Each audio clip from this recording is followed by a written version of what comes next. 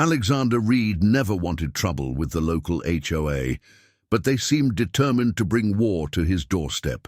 His sprawling property at the end of Oakridge Lane wasn't just a house, it was his sanctuary, protected by an old private road that he legally owned and maintained. What started as a simple dispute over road access would soon escalate into a confrontation that would shake the entire Hampton Woods community to its core. Before we jump back in, tell us where you're tuning in from. And if this story touches you, make sure you're subscribed, because tomorrow I've saved something extra special for you. The property itself told a story of careful planning and protective instincts. Nestled at the end of a winding gravel road that curved through thick maple woods, Alex's colonial-style home stood as a testament to his success as a retired military contractor. He'd chosen this location specifically for its privacy, buying not just the house, but the entire private road leading to it, a fact documented in thick folders of property deeds and surveys that would soon prove invaluable. Over the past 5 years, he'd transformed the property into exactly what he wanted, a peaceful retreat away from the world's chaos. The private road was meticulously maintained, with proper drainage systems and regular gravel replacement, all at his own expense.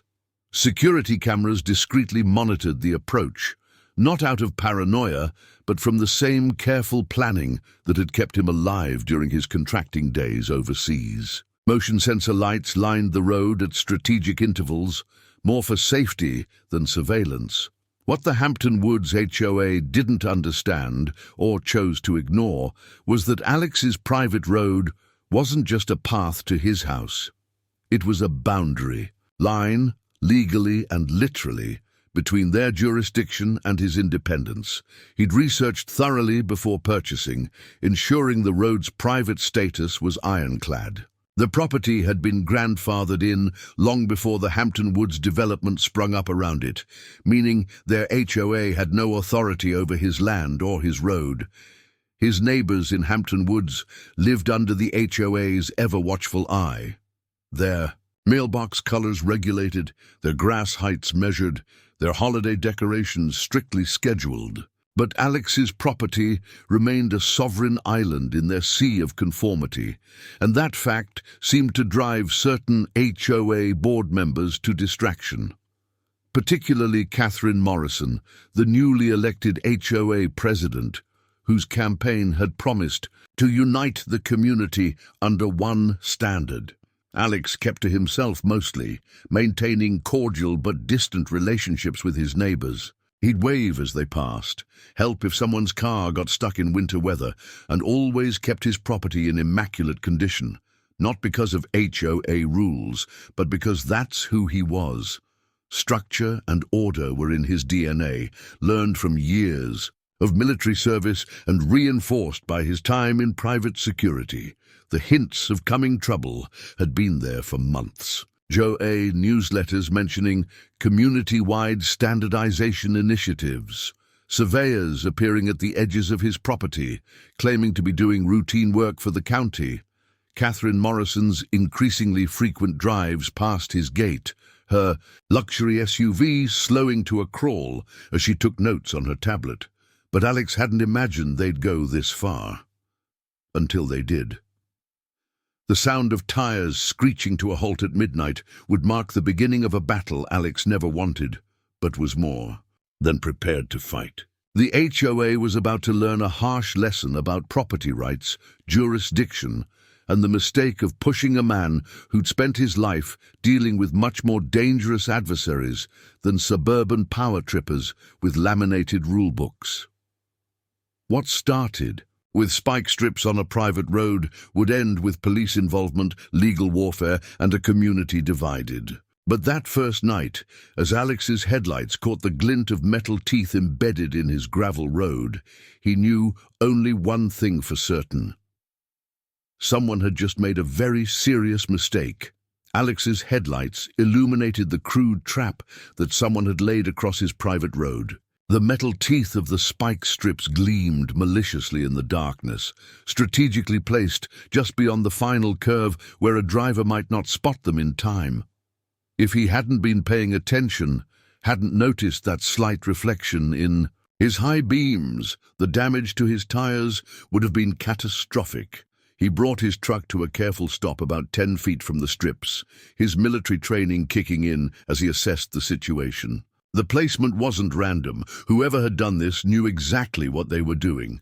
The strips were positioned at a slight angle, ensuring maximum tire penetration if a vehicle drove over them.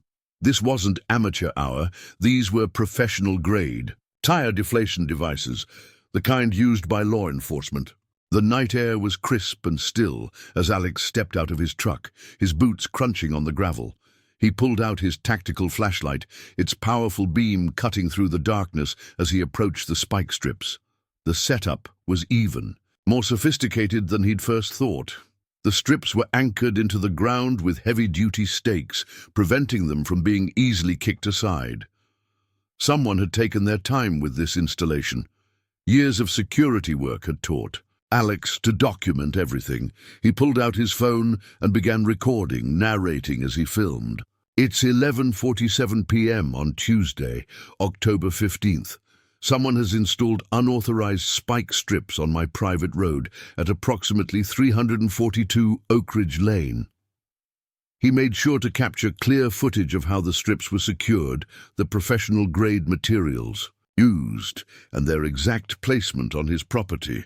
A rustling in the nearby woods caught his attention. Alex's flashlight beam swung toward the sound, catching a glimpse of movement behind the trees. "This is private property," he called out, his voice firm and controlled. "If anyone's out there, you're trespassing." The woods fell silent again, but Alex's instincts told him someone was watching, probably gauging his reaction to their handiwork. Using his truck's toolbox, Alex retrieved a pair of heavy-duty bolt cutters and began working on the strips. The metal was high-grade, requiring significant force to cut through. Whoever had installed these hadn't spared any expense.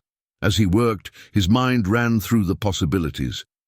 The HOA had been escalating their harassment lately, but this was different. This wasn't just a violation of his property rights. It was dangerous, potentially lethal if someone hit these at high speed. It took nearly 45 minutes to completely remove the spike strips. Alex's hands were sore from the effort, his breath visible in the cold night air. He loaded the dismantled strips into his truck bed, knowing they'd make valuable evidence. That's when he noticed something else. Tiny fragments of white paper, scattered near where the strips had been anchored. Gathering them carefully, he pieced together what appeared to be a torn receipt from Hampton Heights Hardware, dated just 2 days ago. Back in his truck, Alex took one final sweep of the area with his flashlight. The beam caught something that made him pause, a small, blinking red light nestled in the branches of a tree about 15 feet up. He stepped out for a closer look, and his suspicions were confirmed. It was a wireless camera, professionally mounted and well concealed. This wasn't just about damaging his vehicle. They wanted to record his reaction. Using a telescoping pole from his emergency kit, Alex carefully retrieved the camera. It was a high-end model, the kind used in professional security setups. The brand name caught his eye, SecureView Pro, the same system the HOA had recently installed throughout Hampton Woods. This wasn't just correlation, it was evidence. As he drove the final stretch to his house, Alex's mind was already formulating a plan. Tomorrow, he'd start with the police. Report, then his lawyer. But tonight he had research to do. He needed to understand exactly what kind of spike strips had been used, their market value, who had authorization to purchase them. Catherine Morrison and her HOA cronies had just crossed a line from harassment into criminal behavior, and Alex knew the importance of building a solid case. Inside his home office, Alex laid out the evidence he'd collected, the dismantled spike strips, the camera, the fragments of receipt, and his video documentation. On his computer, he pulled up his property surveys and deed documents, confirming what he already knew. Every inch of that road belonged to him, and the HOA had just committed several serious crimes. The red light on his security system blinked steadily, a reminder that his own cameras had probably caught the installation team in action. He'd review that footage carefully, but something told him they'd been smart enough to work around his existing security. This wasn't some impulsive act of vandalism. It was the first move in a calculated campaign. Alex's phone buzzed with a text message. It was from his neighbor Tom, a retired police officer. "Saw lights on your road. Everything okay?" Alex appreciated the concern, but kept his response vague. For now, he needed to play this close to the vest. The HOA had shown their hand, but they didn't need to know he was already building a case against them. Tomorrow would bring its own challenges, but tonight had made one thing clear. The quiet life he'd built here was under threat, and he'd need to draw on every skill from his military and security background to protect it. As he archived his evidence and prepared for bed, Alex couldn't help but smile grimly. If Catherine Morrison thought spike strips would intimidate him, she clearly hadn't done her homework on who she was dealing with. The next morning dawned crisp and clear as Alex pulled into the Riverside Police Department's parking lot. He'd spent half the night organizing his evidence, and now carried a thick folder containing photographs, video recordings, and property documentation. The spike strips themselves were secured in his truck bed, wrapped carefully to preserve any fingerprints or other forensic evidence. Officer Sarah Chen, a veteran of the force whom Alex had met during neighborhood watch meetings, greeted him. At the front desk, her eyebrows rose slightly at the sight of the dismantled spike strips he'd brought in. "Mr. Reid," she said, her tone professional but concerned, "this looks serious. Let's talk in the interview room." The interview room was small but well lit, its walls a pale institutional green. Alex laid out his evidence methodically, starting with his property deed and working through the events of the previous night. Officer Chen took detailed notes, her expression growing increasingly grave as he described the professional-grade equipment used and showed her the SecureView Pro camera he'd recovered. Preparing and narrating this story took us a lot of time, so if you are enjoying it, subscribe to our channel. It means a lot to us. Now back to the story. "These aren't standard consumer products," she commented, examining one of the spike strips. "These are law enforcement grade. They're restricted items. You need special certification just to purchase them." She looked up at Alex. "You said you found a receipt?" Alex handed over the reconstructed fragments he'd gathered. "Hampton Heights Hardware. But I doubt they stock this kind of equipment. Someone's using them as a front for the purchase." "Officer," Chen nodded slowly, "we'll look into the purchase records. This goes beyond simple vandalism or harassment. Placing these on a private road, they could have caused a serious accident." She paused, considering. "You mentioned the HOA has been pressuring you." Alex pulled out another folder, this one containing months of documented interactions with the Hampton Woods HOA. "Catherine Morrison became president 3 months ago. Since then, they've been increasingly aggressive about trying to claim jurisdiction over my road, sending violation notices, threatening fines, posting their signs on my property." "I know Catherine," Officer Chen said, her tone carefully neutral. "She's been in here several times trying to get us to enforce HOA regulations. We've had to remind her that the police department doesn't enforce homeowner association rules." She examined the camera again. "This is the same system they just had installed throughout Hampton Woods." "Exact same model," Alex confirmed.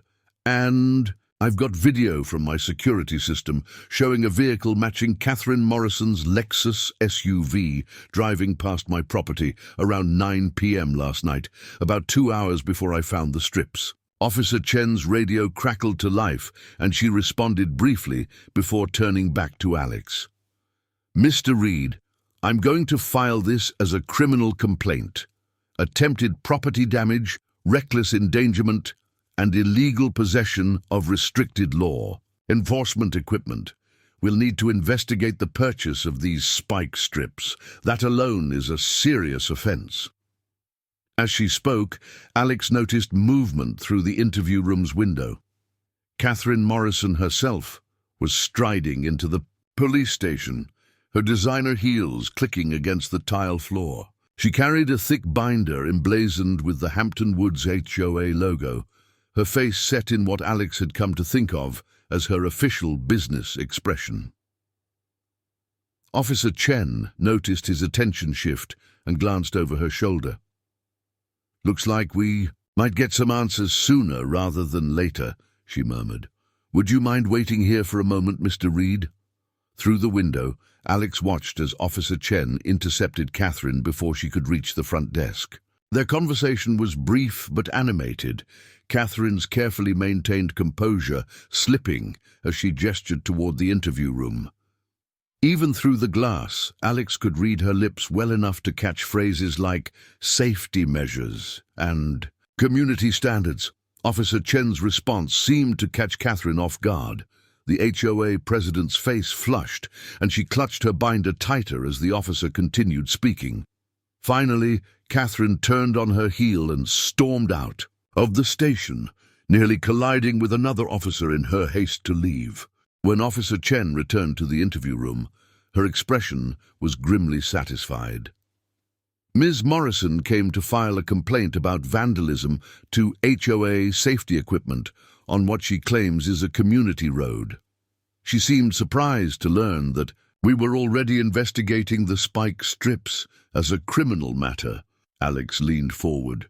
How did she know about the strips being removed? Unless she was involved in placing them, Officer Chen finished. She just helped our investigation considerably by showing up here. She began gathering the evidence into an evidence bag. "Mr. Reid, I'd like to assign a patrol car to do regular checks of your road for the next few days. Something tells me this isn't over." As Alex left the police station, he noticed Catherine Morrison's Lexus still in the parking lot, the HOA president apparently making heated phone calls from the driver's seat. She looked up as he passed, and for a moment, their eyes met. The look she gave him wasn't just angry, it was calculating, determined.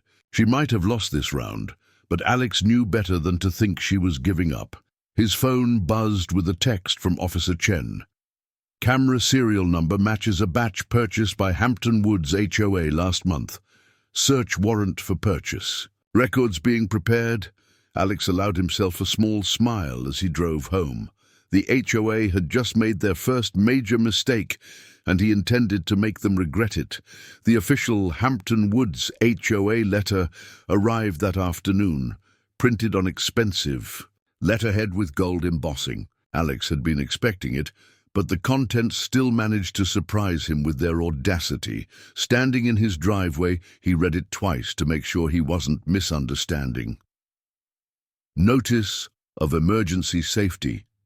Implementation and violation, dear Mr. Reid, due to numerous complaints regarding vehicular speed and safety concerns on community access routes, the Hampton Woods Homeowners Association has implemented mandatory traffic control measures as authorized under Section 7.3 of the Community Safety Protocol.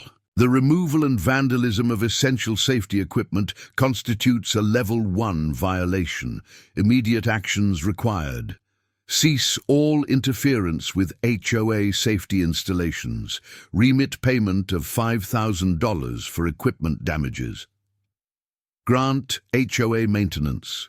Teams unrestricted access to road maintenance areas. Failure to comply within 48 hours will result in additional fines and potential legal action. Regards, Catherine Morrison, President, Hampton Woods, HOA. Alex was still holding the letter when a black SUV pulled up to his gate. Catherine Morrison stepped out, accompanied by two men he didn't recognize. One carried a clipboard and wore a polo shirt with Hampton Woods Security embroidered on it. The other, dressed in an expensive suit that screamed "lawyer," hung back. "Slightly. Mr. Reid," Catherine called out, her voice carrying that artificial sweetness he'd come to despise. "I trust you received our notice. We're here to discuss the implementation of our new safety protocols." Alex tucked the letter into his pocket and walked toward the gate, deliberately taking his time. He'd dealt with enough hostile situations to know the importance of controlling the tempo of confrontations. "Mrs. Morrison," he replied evenly. "I was just about to call Officer Chen about this letter. I'm sure she'll be very interested in how you're describing those illegal spike strips as safety equipment." Catherine's smile tightened almost imperceptibly. "This is Mr. Davidson," she gestured to the man in the suit. "He's our association's legal counsel. We wanted to give you a chance to handle this amicably, before things escalate further." "Escalate further?" Alex raised an eyebrow. "Like placing restricted law enforcement equipment on a private road, that kind of escalation." The lawyer stepped forward. "Mr. Reid, perhaps we could discuss this inside. The HOA is prepared to be reasonable about the fines if you're willing to cooperate with the new safety initiatives." "Let me be clear," Alex said, his voice calm but carrying the authority of someone used to high-stakes situations. "This is my private road. I have the deed, the surveys, and the legal documentation to prove it. The HOA has no jurisdiction here. Those spike strips weren't just unauthorized. They were illegal, and we both know it." Catherine's composure cracked slightly. "This road provides access to Hampton Woods residents. That makes it a community concern. We have every right." "You have no rights here," Alex interrupted. "And I've got Officer Chen's card right here. Should I call her now to discuss those spike strips? I'm sure she'd love to know more about how you acquired them." The security officer shifted uncomfortably, but Catherine wasn't backing down. "Mr. Reid, you're forcing us to take more severe action. The HOA board has unanimously voted to declare your road a safety hazard. We can and will exercise emergency powers to bring it under association control." Alex almost laughed. "Emergency powers? This isn't martial law, Mrs. Morrison. This is a private road that you tried to sabotage with illegal equipment. Now you're here threatening more action? Please, go ahead. Give me more evidence for the police investigation." He pulled out his phone and held it up, clearly recording. "In fact, why don't you explain again how you acquired those restricted spike strips? I'm sure the investigators would love to hear it directly from you."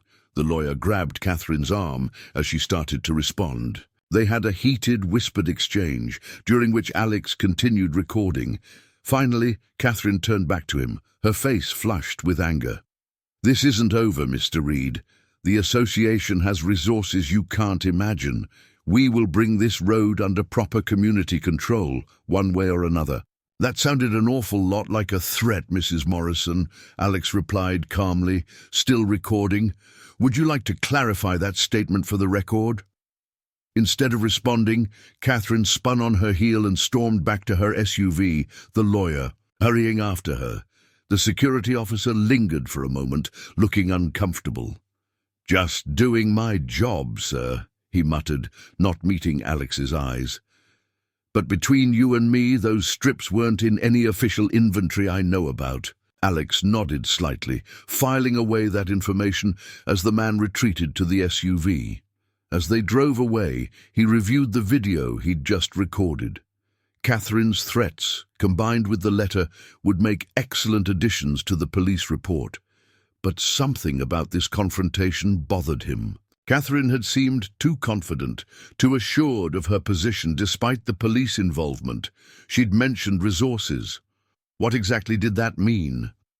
And why was the HOA so fixated on his road specifically? Alex had a feeling he was missing something important, some piece of the puzzle that would explain their aggressive behavior. Walking back to his house, he noticed something that made him pause. Fresh tire tracks in the gravel, off to the side, where his security cameras had a blind spot. Someone had been here recently, and they'd gone to some effort to avoid being seen. The game, it seemed, was far from over. Alex spent the rest of the afternoon reinforcing his security measures. Years of military and security work had taught him to trust his instincts, and right now, every instinct was telling him the HOA's visit was just a prelude to something bigger. He installed additional cameras to cover the blind spot where he'd found the tire tracks, making sure to position them discreetly in the trees. While mounting the last camera, he noticed something odd about the gravel near the edge of his road. Someone had recently disturbed it, not just with tires, but with what looked like systematic digging.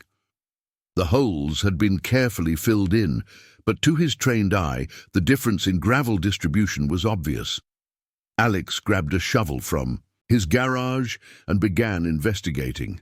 6 inches down, he found it, a professional-grade motion sensor, similar to the ones used in high-end security systems. The device was new, its housing still clean and unweathered. Connected to it was a thin cable that ran deeper into the ground, heading in the direction of Hampton Woods' main entrance. "What are you really up to, Catherine?" Alex muttered, carefully photographing the sensor before removing it. This wasn't standard HOA equipment. This was surveillance tech, the kind used in secure facilities. He'd seen similar setups during his contracting days overseas. The question was, why would an HOA need military-grade motion tracking on a private road? His phone buzzed with a text from Officer Chen. Search warrant executed at Hampton Heights Hardware. No record of spike strip purchase, but security footage shows interesting visitors. Can you come in tomorrow morning? Alex was about to reply when he heard the distinctive rumble of construction vehicles approaching. Looking up, he saw 2 large trucks making their way down his road, their Hampton Woods maintenance logos clearly visible. Behind them came Catherine's black SUV, followed by what appeared to be an official county vehicle. This time, Alex was ready. He activated his phone's camera and positioned himself at the gate, making sure his no trespassing signs were clearly visible in the frame. The convoy stopped, and Catherine emerged first, this time accompanied by not only her lawyer, but also a man in a county inspector's uniform. "Mr. Reid," she called out, her voice carrying artificial concern. "We've received reports of unauthorized excavation on a community access road. The county inspector needs to verify compliance with local ordinances." Alex kept his camera steady. "This is private property, Mrs. Morrison. Unless you have a warrant, none of your vehicles are authorized to enter." The county inspector stepped forward, holding up some official-looking paperwork. "Sir, I have here a county order to inspect all roads within the Hampton Woods development for safety compliance." "Then you should probably inspect Hampton Woods roads," Alex replied calmly. "This isn't part of the development. I have surveys and deeds proving this is a private road, and I haven't authorized any inspections." "Mr. Reid," Catherine interjected, "you're interfering with official county business. The HOA has filed formal safety concerns about this road, and we have the authority to inspect—" "No, you don't," a new voice interrupted. Officer Chen's patrol car had pulled up behind the convoy, its lights flashing. She stepped out, accompanied by another officer. "Mrs. Morrison, I believe we discussed this morning that this is a private road outside HOA jurisdiction." The county inspector looked uncertain, glancing between his paperwork and Officer Chen. "I was told this was part of the Hampton Woods development." "You were misinformed," Officer Chen stated firmly. She turned to Catherine. "Mrs. Morrison, this is your second attempt today to unlawfully access private property. Would you like to explain why you're trying to bring construction equipment onto Mr. Reid's land?" Catherine's lawyer quickly stepped in. "We're simply responding to community safety concerns, with what appears to be an attempt to modify private property without owner consent," Officer Chen finished. "And now I'm very interested in why you needed construction equipment to conduct a simple safety inspection." The county inspector was reviewing his paperwork more carefully now. This order. The property boundaries don't match the county records. I need to make some calls. Alex kept recording as the situation unfolded. The construction trucks began backing up, their drivers clearly wanting no part of the developing legal situation. Catherine was engaged in a heated, whispered conversation with her lawyer, while Officer Chen spoke into her radio, requesting additional units. "Mrs. Morrison," Alex called out, making sure his camera captured her reaction. "Would you like to explain this?" He held up the motion sensor he'd discovered. "Because I'm very interested in why the HOA is installing military-grade surveillance equipment on my private property." Catherine's face went pale, and her lawyer physically stepped in front of her to prevent any response. The county inspector was now on his phone, his expression growing increasingly concerned as he apparently received clarification about the property boundaries. Officer Chen approached Alex, examining the sensor with professional interest.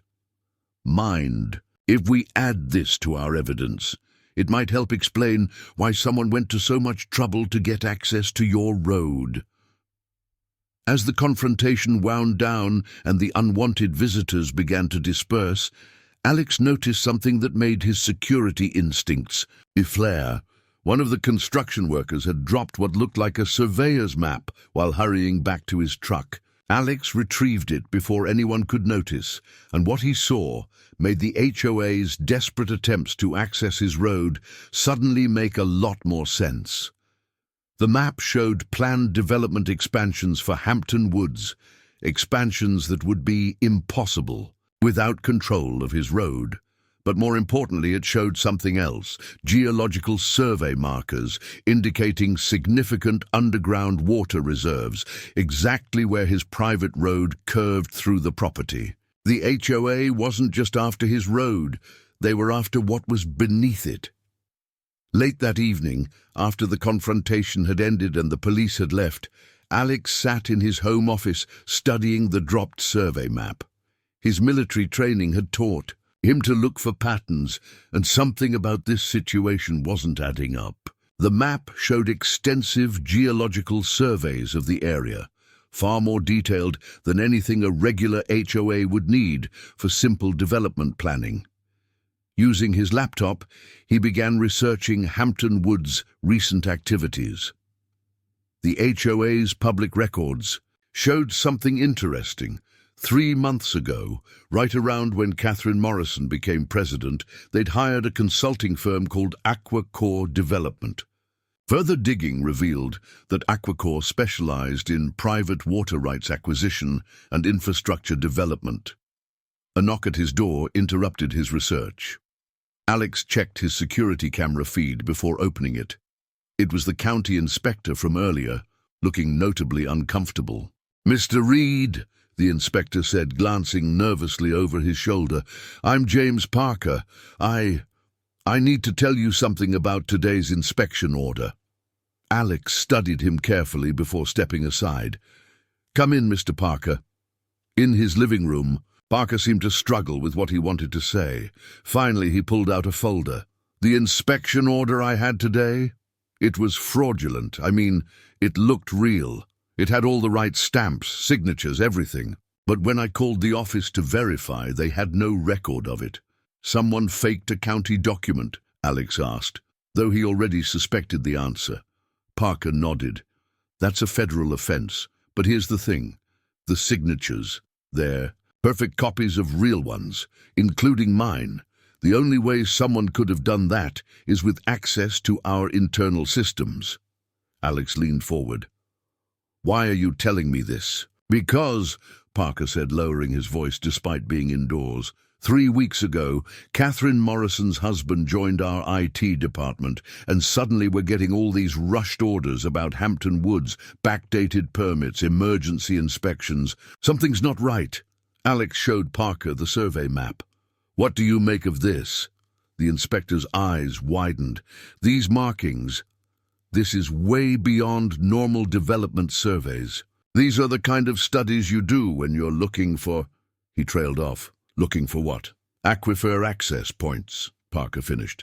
There's been talk about water rights becoming a big issue in this area. The county's been monitoring underground water reserves, trying to plan for future needs. This level of detail, though, he shook his head. This is private sector work. Alex's phone buzzed, a text from Officer Chen.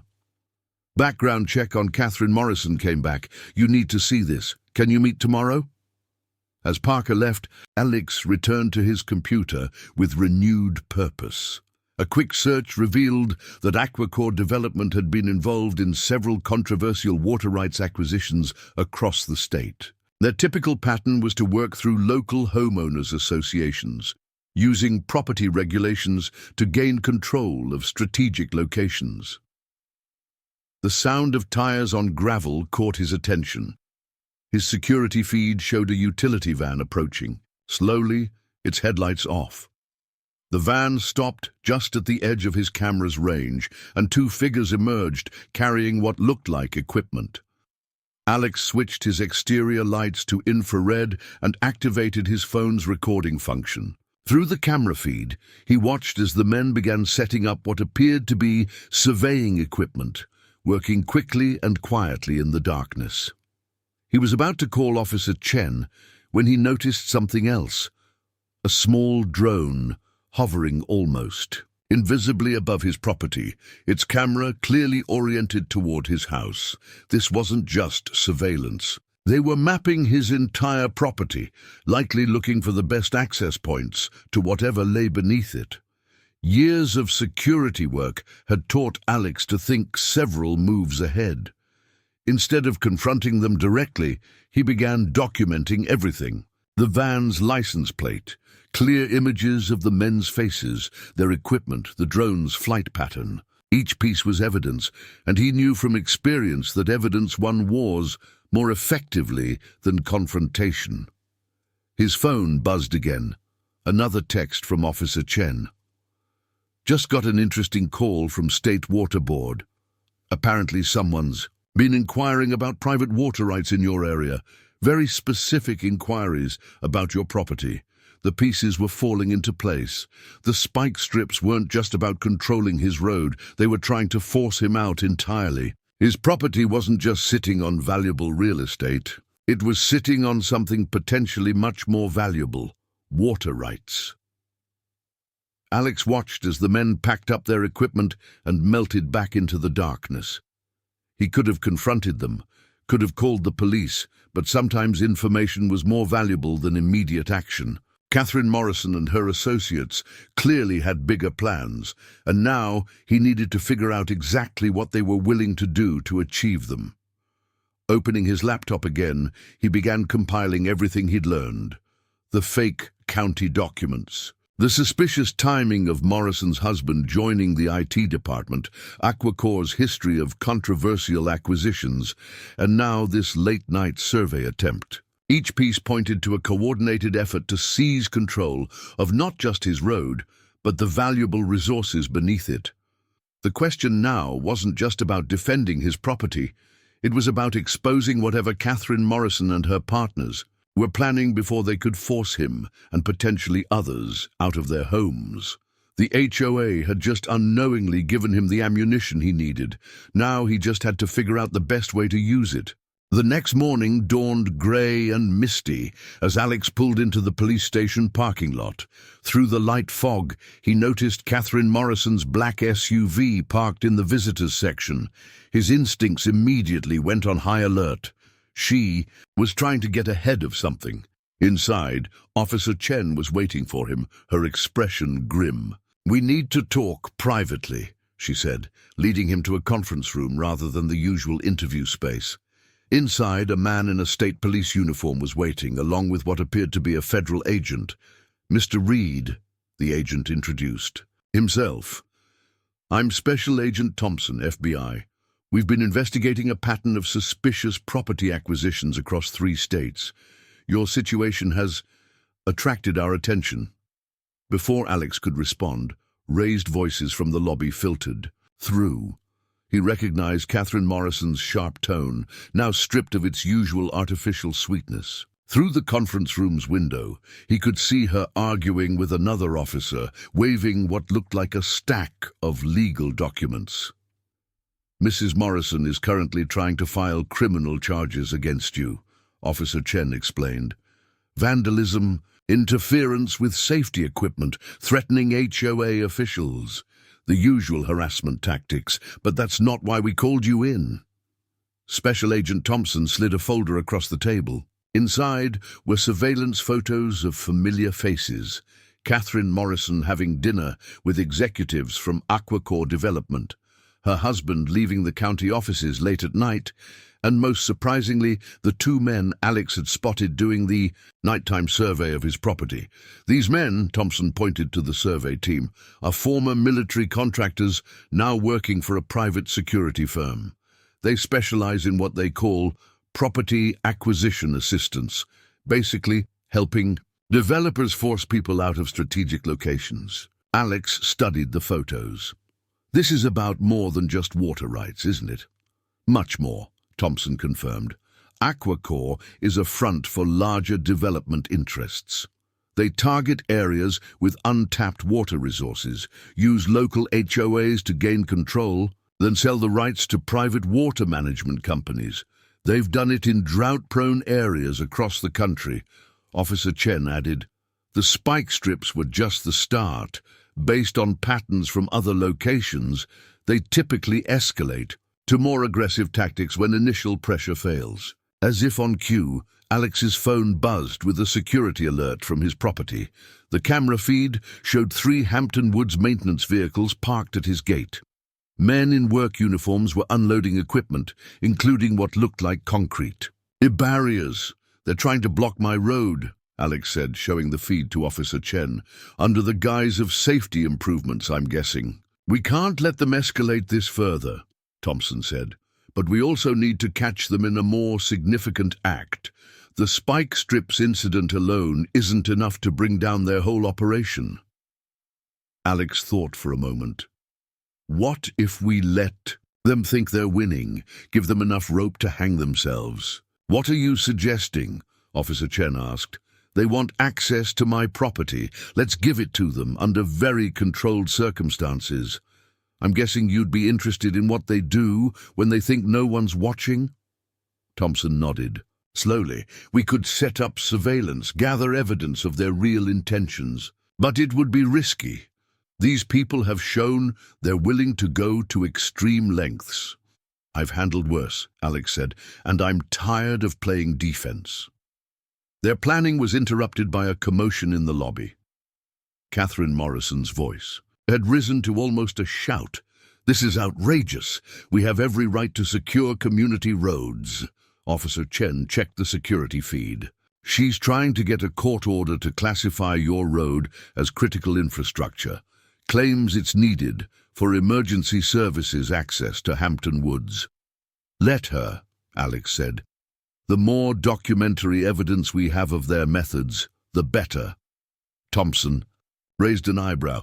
"You're surprisingly calm about this. In my line of work, you learn to recognize when someone's overplaying their hand," Alex replied. "They're getting desperate, making mistakes, like those contractors last night. They were so focused on their survey, they missed my infrared cameras catching everything." "About those contractors," Thompson said, pulling out another photo. "We've linked them to 3 other cases of suspicious property damage in areas Aquacore later acquired. Nothing was ever proven, but now we know their playbook." Alex finished. "And we can use it against them." As they finalized their plan, Alex's phone buzzed with another security alert. This time, the camera showed Catherine Morrison herself at his gate, supervising as her workers began setting up the concrete barriers. She was on her phone, gesturing animatedly at his property. "Looks like they're not waiting for court orders anymore," Officer Chen observed. "Good," Alex said grimly. "Let's see how they handle it when their own tactics are used against them." The fog outside had thickened, shrouding the parking lot in a grey haze. Somewhere in that murk, Catherine Morrison was laying the groundwork for her next move, unaware that her own aggressive tactics were about to become evidence in a federal investigation. The game was changing, and Alex intended to make sure she learned just how badly she'd underestimated her opponent. By the time Alex returned to his property, the situation had escalated significantly. The concrete barriers now formed a partial blockade across his road, with Hampton Woods maintenance crews working to position more. Catherine Morrison stood directing operations like a general commanding troops, her designer suit looking out of place among the construction equipment. What she couldn't see was the unmarked police vehicle discreetly parked down the street, documenting everything. Alex had also noticed two of Agent Thompson's surveillance teams setting up in the wooded areas around his property, their presence invisible to untrained eyes. "Mr. Reid," Catherine called out as he approached, her voice carrying artificial concern. "We're implementing emergency safety measures as authorized by the Hampton Woods Community Safety Board. Please don't interfere with official HOA operations." Alex parked his truck and walked toward the scene, making sure his body camera was recording. "I don't see any permits for this construction work, Mrs. Morrison. Or did you forge those too, like the county inspection orders?" Catherine's face tightened, but she maintained her composure. "We have every legal right to secure community access roads. Our lawyers have filed for an emergency injunction for a road you don't own," Alex interrupted, "and now you're physically blocking access to private property. That's not just trespassing anymore, it's criminal." One of the construction workers, a burly man with a weathered face, stepped forward. "Look, buddy, we're just doing our job. HOA says this road needs barriers. We put up barriers." "And who's paying for this work?" Alex asked, noting how Catherine shifted uncomfortably. "The HOA or Aquacore Development?" The worker's confusion was genuine. "Who?" "Enough," Catherine snapped. "Continue with the installation. Mr. Reid, if you attempt to interfere, we'll have no choice but to call the authorities." Alex smiled slightly. "Please do. In fact, I insist. Let's get the police here to document everything." Something in his tone made Catherine pause. She pulled out her phone and stepped away for a private call, her free hand gesturing agitatedly as she spoke in hushed tones. While she was distracted, Alex approached the construction crew. "You might want to check your permits and liability coverage," he said quietly, "because right now you're trespassing on private property and installing unauthorized structures. When the lawyers get involved, and they will, you'll want to make sure you're protected." The crew exchanged uncertain looks. The burly worker who'd spoken earlier pulled out his phone and began making his own calls, stepping away from the barriers. Catherine returned, her composed facade showing cracks. "The barriers stay. Our lawyers assure me we're within our rights to secure community access points." "Community access points?" A new voice joined in. James Parker, the county inspector, walked up clutching an official-looking folder. "That's interesting, because according to county records, this is a privately owned road with no easements or public access requirements." Catherine's eyes narrowed. "Mr. Parker, this doesn't concern the county." "Actually, it does," Parker interrupted, holding up a document, "especially since someone used my signature to authorize work permits here. The county takes a very dim view of forged documents." The construction crew had stopped working, clearly uncomfortable with the situation. Their foreman was now on his phone, walking in circles and gesturing emphatically. "Pack it up," he finally announced. "Job's cancelled." "You can't cancel," Catherine protested. "We have a contract." "Lady, I'm not risking my license over some HOA power play," the foreman replied. "You want these barriers installed, you better come back with real permits." As the crew began packing up their equipment, Catherine's phone buzzed. Her face paled slightly as she read the message. Without another word, she turned and walked quickly to her SUV, leaving the half-installed barriers behind. Parker watched her leave, then turned to Alex. "You should know. Someone's been accessing restricted county water surveys, specifically focusing on the aquifer under your property. The access logs trace back to a terminal in the county IT department. Let me guess, where Mrs. Morrison's husband works. Parker nodded. The FBI's cyber unit is very interested in those logs. Alex's phone buzzed with a text from Officer Chen. Morrison just left police station.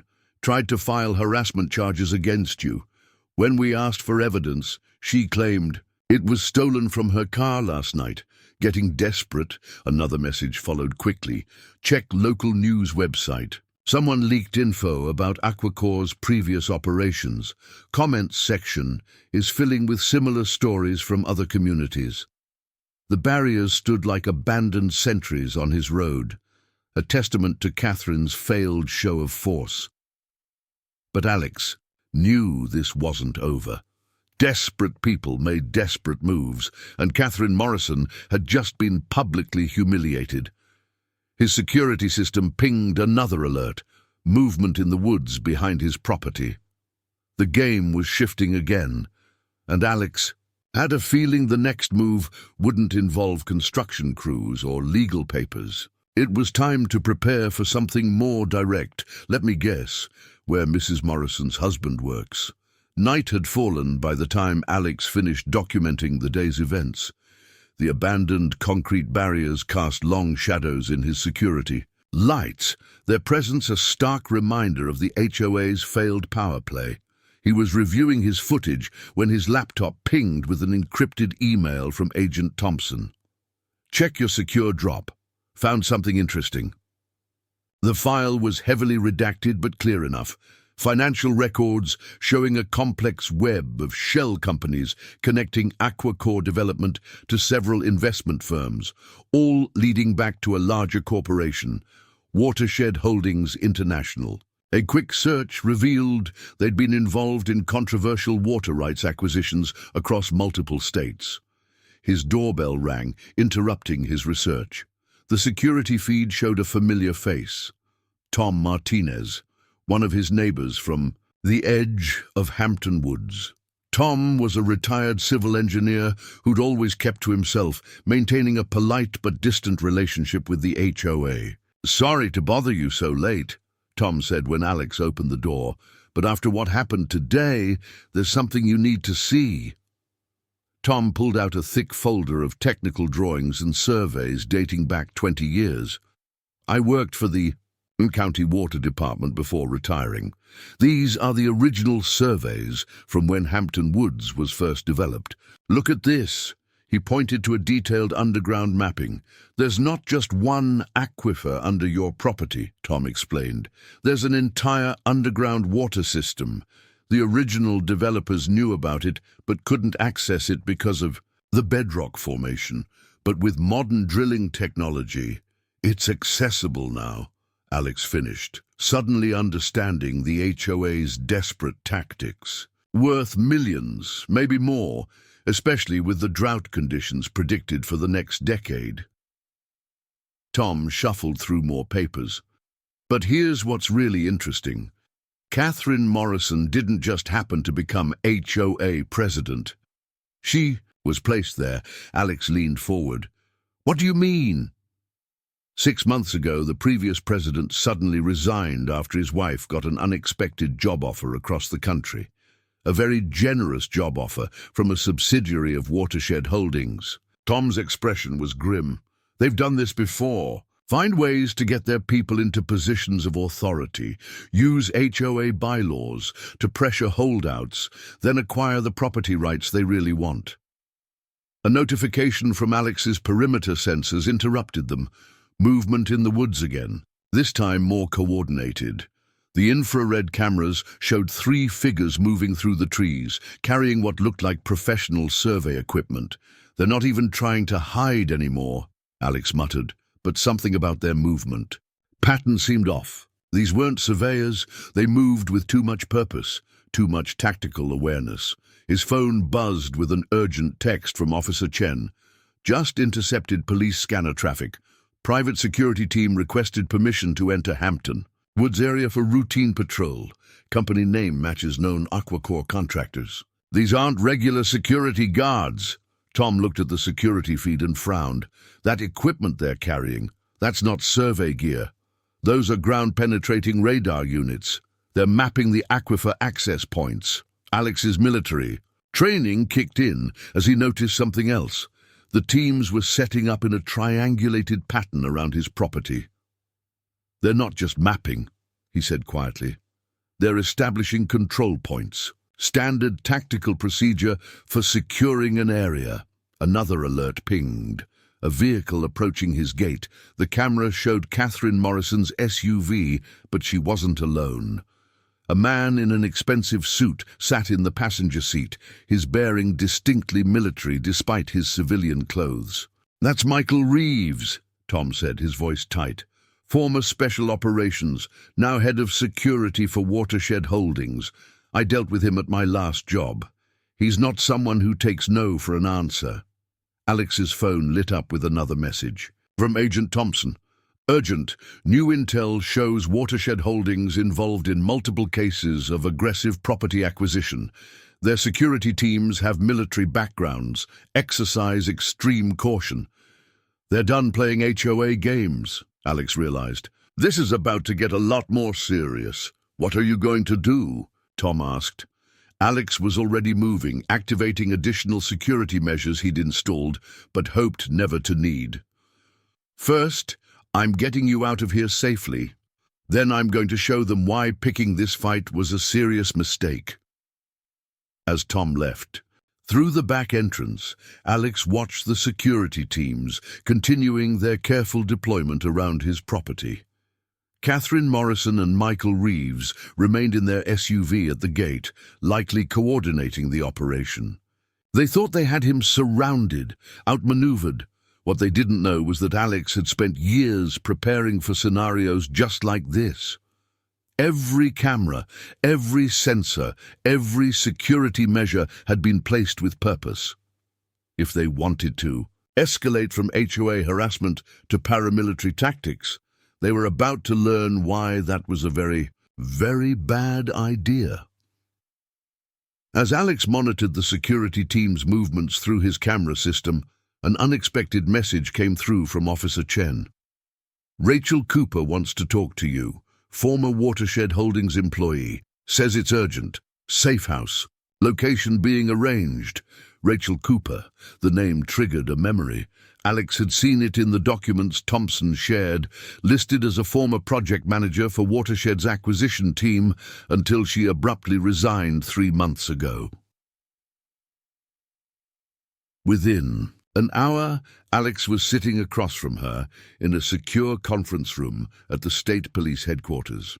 Rachel was younger than he expected, maybe early 30s, with sharp eyes and the tense posture of someone who'd been looking over their shoulder for too long. "They're not just after the water," she said without preamble. "The aquifer under. Your property is part of something bigger. Watershed has been systematically acquiring water rights across 3 states, creating a private network of water resources. But your location is different." "Different how?" Rachel pulled out a tablet and brought up a geological survey map. "Your property sits at a crucial junction point.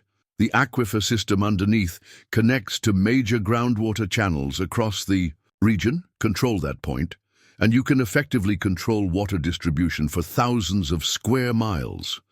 And they're using HOAs as cover," Alex said, thinking of Catherine Morrison's artificial smiles and manufactured safety concerns.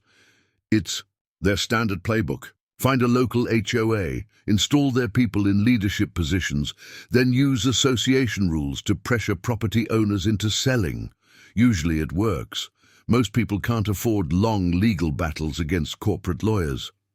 But sometimes they resort to more aggressive tactics," Alex added, thinking of the security teams currently surrounding his property. Rachel's expression darkened. "Michael Reeves, he's their cleanup specialist. When legal pressure fails, he creates situations, accidents, property damage, things that can't be easily traced back to Watershed." "You've seen this before." She nodded, pulling up more documents. On her tablet. Last year, Arizona. A rancher refused to sell his water rights. 3 months later, his well was mysteriously contaminated. Had to sell at a fraction of the property's worth. New Mexico, a family farm sitting on crucial aquifer access. Sudden structural issues with their home. Foundation problems that their insurance wouldn't cover. And no one investigated? Watershed has connections. Local officials, regulatory agencies, law enforcement, they know how to make problems disappear. Rachel leaned forward. But they've never faced someone like you, someone with the right background, the right resources, and enough evidence to expose them. Alex's phone buzzed. A security alert showing the teams around his property had begun setting up more sophisticated equipment. They're getting ready to move, he observed. Be careful, Rachel warned. Reeves doesn't like losing. When I left Watershed, took copies of their operation files. Let's just say I had to disappear for a while. Why come forward now? Because this is their biggest play yet. That aquifer junction, it's not just about water rights, it's about control. Imagine being able to regulate water access for entire regions, set prices, control development. They're building a monopoly, and your property is the keystone. Alex's phone lit up with another alert, this time from Agent Thompson. Watershed Holdings just filed emergency permits for environmental testing in your area. They're trying to get official authorization for whatever they're planning. Rachel saw the message, and her face paled. That's how they start. Create a crisis, bring in their teams under official cover, then make sure they find whatever environmental hazards they need to force you out. They're not forcing me anywhere, Alex said firmly. No, Rachel agreed, studying him. I don't think they are. But Alex, be ready. When Reeves realizes he can't intimidate you, he'll try to destroy you. Your reputation, your property, anything. He can target. As if on cue, Alex's phone buzzed with a news alert. A local blog had just published a story about dangerous conditions on his private road, citing anonymous HOA sources claiming his property posed environmental and safety risks to the community. And so it begins, Rachel murmured. Character assassination, public pressure, manufactured crisis, classic watershed tactics. Let them try, Alex replied, already formulating his counter-strategy. They think they're dealing with a simple homeowner they can bully into submission. Time to show them how wrong they are. Rachel handed him a flash drive. Everything I have on Watershed's operations, their tactics, their shell companies. Use it carefully. Some of it could be traced back to my access credentials. As they left the safe house, Alex noticed Rachel's hands were shaking slightly. They really scared you, didn't they? She met his eyes steadily. They're not used to losing, Alex, and they've buried evidence of their methods so deep, most people don't even know what happened to them. Just watch your back, especially around Reeves. Back in his truck, Alex reviewed his property's security feeds. The teams were still there, more equipment had arrived, and Catherine Morrison's SUV remained parked at his gate like a silent sentinel. They were preparing for something big. But now, thanks to Rachel, he knew their playbook, and he had something. They didn't expect evidence of their entire operation, enough to expose years of corporate corruption and illegal tactics. The question was, how far would they go to stop him from using it? At prices, control development. They're building a monopoly, and your property is the keystone. The flash drive from Rachel contained far more than just corporate documents. As Alex reviewed the files in his home office, a pattern emerged that made his military instincts scream warning. Watershed Holdings wasn't just acquiring water rights. They were systematically taking control of critical infrastructure across multiple states. His phone lit up with a text from Agent Thompson. Local news running story about dangerous road conditions in Hampton Woods. Reporter claims anonymous source provided evidence of environmental hazards on your property. Switching to the local news website, Alex found the article. The allegations were cleverly crafted, vague enough to avoid libel, but specific enough to create doubt. Claims of potential contamination, safety concerns, and unauthorized modifications painted a picture of a dangerous property owner, threatening community welfare. A knock at his door interrupted his reading. Through the security camera, he saw Michael Reeves standing on his porch, alone. The former special ops soldier turned corporate enforcer wore an expensive suit that didn't quite hide his military bearing. "Mr. Reid," Reeves called out, his voice carrying that particular tone of someone used to being obeyed. "We need to discuss the situation like reasonable men." Alex activated his body camera before opening the door. Reeves smiled, the expression never reaching his eyes. "Smart," he nodded at the camera, "but unnecessary. I'm here to offer you a solution that benefits everyone." "Everyone" meaning Watershed Holdings? "Meaning you, Mr. Reid. We're prepared to offer 3 times your property's market value. Clean deal, no complications. You walk away wealthy, we handle any pending legal issues with the HOA. Alex studied the man carefully. "And if I refuse, things become complicated." Reeves glanced around the property. "Environmental investigations, regulatory compliance checks, safety inspections. Legal fees add up quickly. Property values plummet when homes are labeled as hazardous. Like what happened to the Cooper family in Arizona." Reeves's smile flickered slightly. "I'm not familiar with that situation." "Really? Rachel Cooper seems to remember you quite well." The temperature seemed to drop several degrees. Reeves's facade of professional courtesy vanished, replaced by something colder. "You've been talking to former employees. That's unfortunate. Some people have trouble distinguishing between corporate documents and personal property. Like the documents showing how Watershed manufactures environmental crises to force property sales.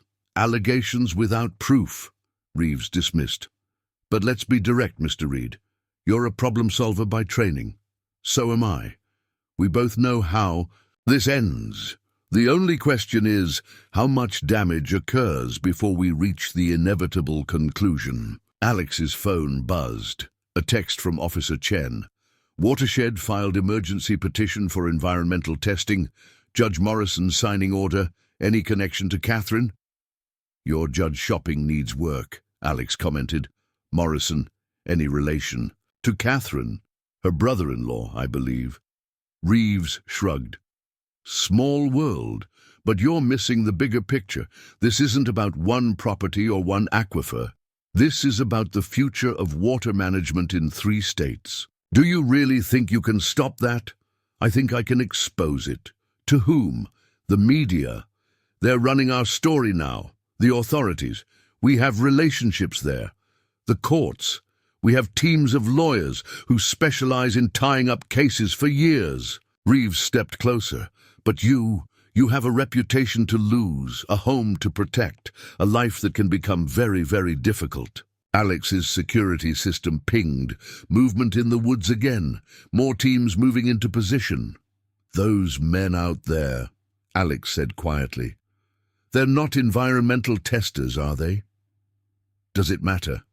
By tomorrow we'll have a court order. Your property will be crawling with officials conducting safety inspections. Evidence of contamination will be found. The media will run stories about the dangerous conditions. Your insurance will deny coverage for the pre-existing problems. And if there's an accident during all this, some unfortunate incident..." Reeves spread his hands. "Construction sites can be dangerous, especially when property owners interfere with safety inspections." Alex's phone buzzed again. Rachel this time. "Don't trust any official inspections. They plant evidence, create hazards, stage accidents. Have proof. Sending now." "Here's what's going to happen," Alex said calmly. "You're going to leave my property. Your teams are going to withdraw. And tomorrow every document Rachel Cooper took, every piece of evidence about Watershed's operations, goes public." "That would be unwise," Reeves's voice had dropped to a dangerous whisper. Ms. Cooper made a similar threat. Ask her how that worked out. I did.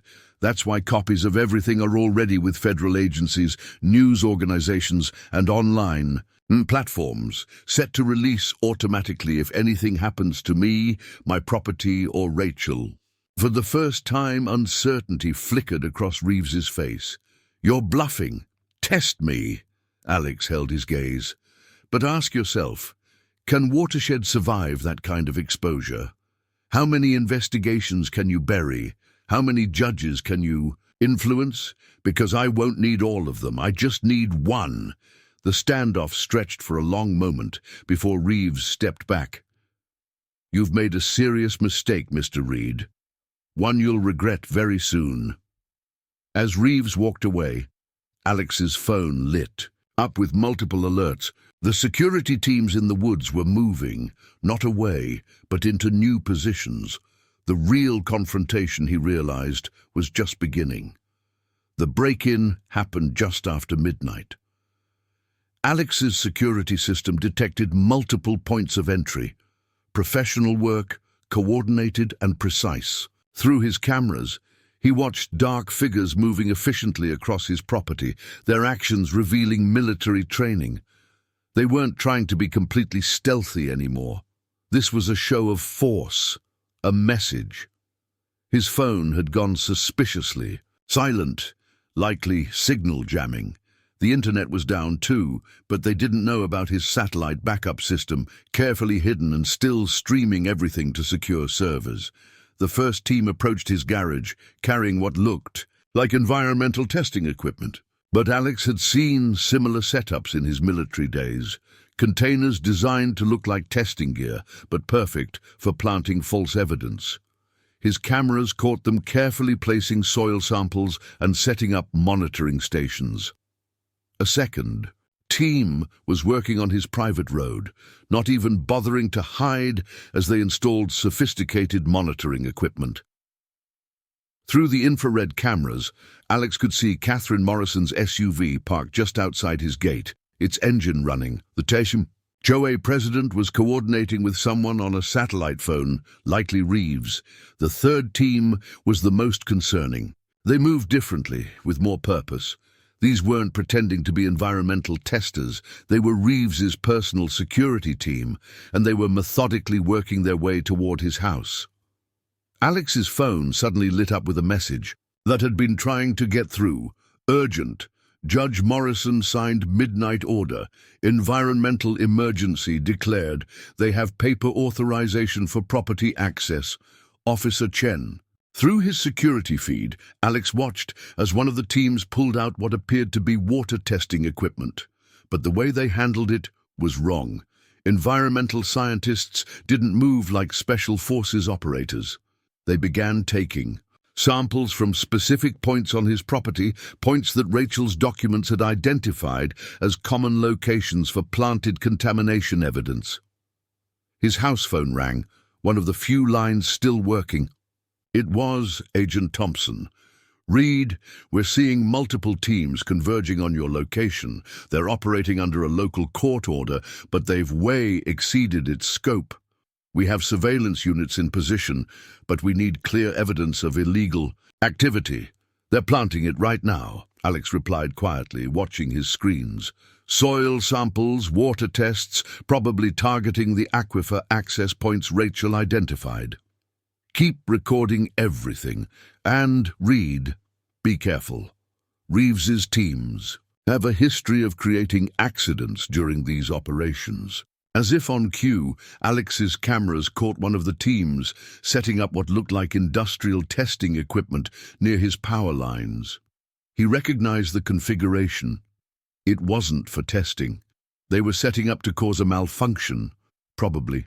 Planning to blame faulty wiring for whatever they were about to do. A sharp crack echoed from outside. They were breaking into his garage now. Alex switched to that camera feed, just in time to see them placing something in the corner, next to his electrical panel. Their movements were practiced, professional. This wasn't their first time staging an accident. His phone buzzed again. Rachel this time. They did this in Colorado. House fire during inspection. Insurance blamed faulty wiring. Owner had no choice but to sell. Alex activated his property's emergency systems, backup power, additional cameras, and most importantly, the evidence preservation protocols he'd set up after Rachel's warning. Everything being recorded was streaming to multiple secure locations. The team in the garage finished their work and moved out quickly, too quickly. Years of military experience screamed warning. They were clearing the area, which meant Alex switched to his thermal cameras just in time to see heat signatures gathering near his property's main power supply. They weren't even trying to be subtle now. Under the cover of their fraudulent court order, they were going to stage an unfortunate electrical fire during their inspection. But they'd made a crucial mistake. In their rush to execute their plan, they'd missed his secondary security systems. Every move they made, every piece of evidence they planted, every preparation for their staged accident, all of it was being recorded in high definition and streamed to federal servers. Through his cameras, Alex watched Catherine Morrison step out of her SUV, phone to her ear. Even from a distance, her satisfied smile was clear. She thought she was witnessing the end game, the final pressure that would force him out. Instead, she was documenting her own involvement in corporate conspiracy. Alex's phone lit up with a message from Agent Thompson. "We've seen enough. Hold your position. Response teams moving in." The night was about to get very interesting. Alex didn't wait for Reeves's teams to execute their plan. Moving quickly through his house, he activated the countermeasures he'd installed after Rachel's warning. First, redundant power systems kicked in, bypassing the main electrical panel they'd tampered with. Next, high-intensity security lights flooded the property, destroying their cover of darkness. His security monitors showed the teams reacting with professional urgency, clearly thrown by the unexpected lighting. Through his cameras, he could see their hand signals and coordinated movements, definitely ex-military, probably former special operations like Reeves. "Property security activated," an automated voice announced through his speakers. "All systems. Recording. Backup power engaged. Cellular and satellite uplinks confirmed." The announcement echoed across his property through external speakers, a psychological tactic he'd learned in his military days. Let them know their cover was blown, that everything was being recorded. Professional operators hated working. Without deniability, his phone buzzed with rapid-fire messages. "Officer Chen, response teams 3 minutes out. Keep them visible." Agent Thompson. "Surveillance units confirming multiple unauthorized personnel. Wait for signal." Rachel, "Don't let them remove anything they've planted. That's evidence." Through his cameras, Alex watched Catherine Morrison, frantically speaking into her phone, clearly not expecting this level of preparation.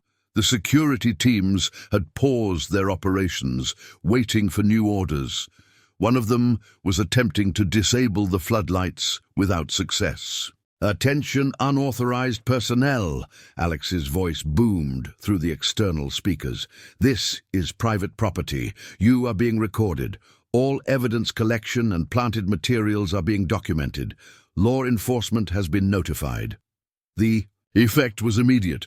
Several team members began quickly gathering their equipment, but Alex had anticipated this. With a click, heavy-duty barriers rose from concealed positions along his private road. Not the crude concrete blocks the HOA had tried to install, but professional-grade vehicle barriers. "Sir," one of the team leaders spoke into his radio, loud enough for Alex's directional microphones to pick up, "Site is compromised. Subject has military-grade security. Recommend immediate withdrawal." But Reeves's voice crackled back. "Complete the primary objective. We have court authorization. Make it look right." Alex switched to his thermal cameras just in time to see 2 teams converging on his garage, heading straight for where they'd planted their evidence. But he'd prepared for this too. Remote-controlled locks engaged, sealing the garage. Any attempt to breach it now would be an obvious break-in, court order or not.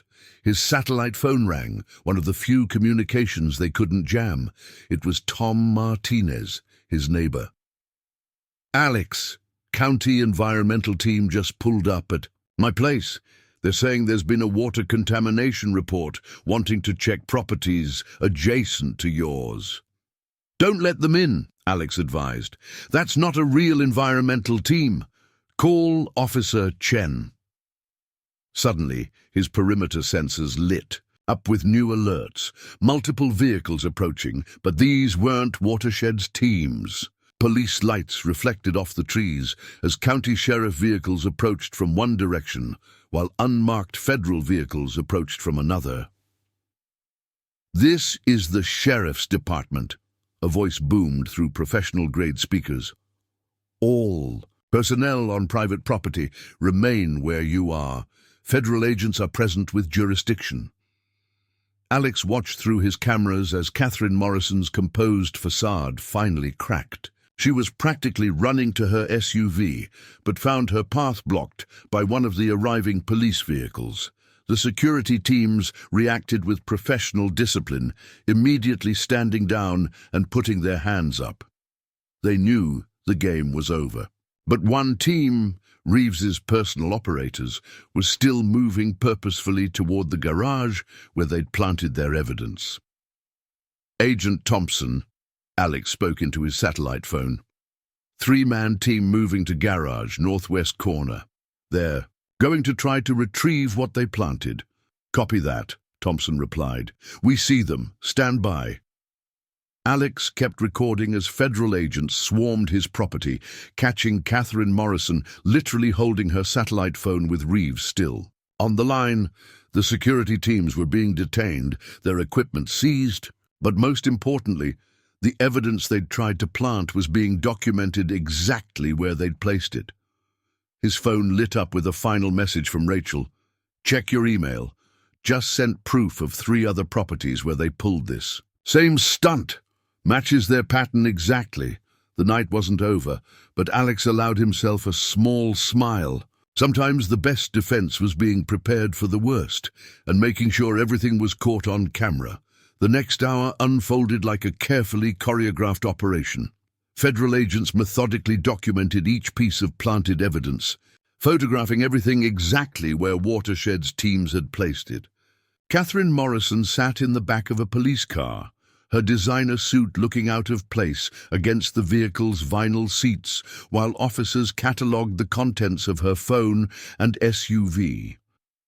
But Alex's security system suddenly pinged with a new alert. Movement in the woods beyond, where the federal agents were working. His thermal cameras picked up 3 heat signatures moving with tactical precision. These weren't part of Reeves's detained teams. This was something else. "Agent Thompson." Alex spoke into his satellite phone. 3 unknowns approaching from the northeast. "Looks like a backup team." "Copy that," Thompson replied tensely. "Our perimeter isn't fully secured on that side yet. Can you track them?" "Affirmative. They're carrying something. Looks like demolition gear." Alex studied the thermal signatures. "They're heading for the water test sites." Before Thompson could respond, the unknown team suddenly changed direction, moving with increased urgency. They'd spotted the federal agents and were now heading directly for one of the evidence collection areas, clearly intent on destroying something before it could be documented. Alex switched to his property's emergency response system. With a few quick commands, the sprinkler system in that sector engaged at full pressure, accompanied by additional floodlights. The sudden burst of water and light threw the approaching team into chaos, exposing their position to the federal agents. "Federal agents, freeze!" The shouts echoed through the property as Thompson's teams converged on the exposed operators. But these men were clearly professionals. They scattered in different directions, using pre-planned escape routes. 2 of them made it to the tree line, but the third wasn't so lucky. In his haste to escape, he ran directly into one of Alex's hidden security measures, a reinforced cable stretched at ankle height. The man went down hard, dropping a bag that clattered metallically against the ground. Federal agents swarmed the fallen operator while others pursued his companions into the woods. Agent Thompson personally secured the dropped bag, his expression grim as he examined its contents. "Thermite charges," he announced, holding up one of the devices. "Military grade. They weren't just here to destroy evidence, they were going to obliterate it." Alex's phone buzzed with an urgent message from Rachel. "Be careful, they use thermite in Arizona too. Made it look like an electrical fire. Insurance investigators never found the real cause." Through his cameras, Alex watched as Catherine Morrison's composure finally shattered. The sight of the thermite charges being documented seemed to break something in her carefully maintained facade. She began talking rapidly to the officers, her previous arrogance replaced by obvious fear. "Mr. Reid," Agent Thompson called out, as Alex approached the evidence collection area. "Mrs. Morrison has become remarkably cooperative. Apparently, she's very concerned about being connected to unauthorized possession of military-grade demolition materials." Another federal agent jogged up with a tablet. "Sir, we found these in her SUV, emails between her and Michael Reeves discussing something called Operation Clean Slate. Looks like tonight's operation was supposed to end with a catastrophic electrical fire. Clean slate." Rachel's voice came through Alex's phone, still on speaker. "That's what they called it in Colorado, too. After the fire, they brought in their own environmental team to declare the whole area hazardous. Owner had no choice but to sell." The captured operator was being led to a police vehicle, his tactical gear incongruous against the suburban backdrop. Alex recognized his type from his military days. Professional, well-trained, and completely deniable if caught. "Agent Thompson," Alex called out, "check his gear for any identification. These guys usually carry—" "Already found it," Thompson interrupted, holding up a contractor ID card. "Aegis Security Solutions, same company that provided site security for 3 other Watershed Holdings acquisitions where properties mysteriously burned down." The night air was filled with the sound of more arriving vehicles, EPA investigators, federal evidence teams, even news vans alerted by someone to the unfolding drama. Catherine Morrison's attempted environmental inspection had turned into exactly the kind of public spectacle Watershed Holdings had always been careful to avoid. Alex's security system pinged again, movement at his gate. Michael Reeves had finally arrived, stepping out of a black SUV with a team of lawyers.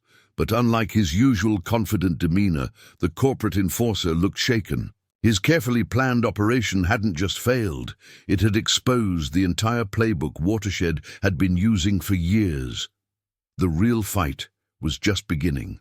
Michael Reeves wasted no time attempting to regain control of the situation. His team of lawyers immediately began challenging the federal agent's jurisdiction, waiving documents and citing local ordinances. But Alex noticed something different in Reeves's demeanor, a tension that hadn't been there before. The man was worried. "Mr. Reeves," Agent Thompson called out, approaching the corporate enforcer. "Care to explain why your contractors were carrying military-grade thermite charges onto private property?" "Our security contractors operate independently," Reeves replied smoothly. "Watershed Holdings has no direct knowledge of their methods or equipment. If they've exceeded their authority, that's a matter for their parent company." "Interesting." Thompson held up a tablet. "Because we just found emails from your account specifically requesting total site clearance capabilities for tonight's operation." Alex's phone buzzed with a message from Rachel. "Check your email. Just found purchase orders linking Aegis Security directly to Watershed's shell companies. They're all connected." The evidence teams were working methodically, documenting everything. Each piece of planted evidence, every piece of equipment, all carefully photographed and logged. The captured operator from the backup team had been transferred to federal. custody, and Alex could see him talking to agents in one of the unmarked vehicles. "Your independent contractors are being very cooperative," Thompson informed Reeves, "especially after we found their connection to 3 other suspicious property fires in the past year." Reeves's lawyer stepped forward. "Any allegations of wrongdoing will be addressed through proper legal channels. For now, we have a valid court order for environmental testing, a court order obtained through fraudulent evidence and signed by a judge with undisclosed family connections to your—" "HOA president," Thompson interrupted. "Would you like to explain that relationship to our public corruption unit?" Alex's security system pinged again. More movement in the woods. But this time his cameras showed local residents gathering at the edge of his property. News of the federal raid had spread through Hampton Woods, and people were coming to witness the drama unfolding on their troublesome neighbor's land. Tom Martinez approached one of the officers, holding up his phone. "I've got documentation of every HOA meeting where they discussed forcing Alex out. Recordings, minutes, emails, everything showing how they planned this." Other neighbors began coming forward too. An elderly woman handed over letters threatening her with fines if she didn't support the HOA's actions. A young couple shared emails showing how they'd been pressured to file false complaints about Alex's road. "Quite a community you've built here, Mrs. Morrison," Officer Chen commented to the still-detained HOA president. "Seems like your neighbors have been keeping receipts." Reeves was on his phone now, speaking rapidly in hushed tones. His lawyers huddled nearby, clearly realizing that their usual tactics of legal intimidation weren't going to work here. This wasn't just about one property owner anymore. It was becoming a full exposure of Watershed's entire operation. Alex's satellite. Phone rang. It was Agent Thompson. "Just got word from headquarters. They're expanding the investigation to all of Watershed's property acquisitions in the last 5 years. Rachel's evidence opened up a lot of doors."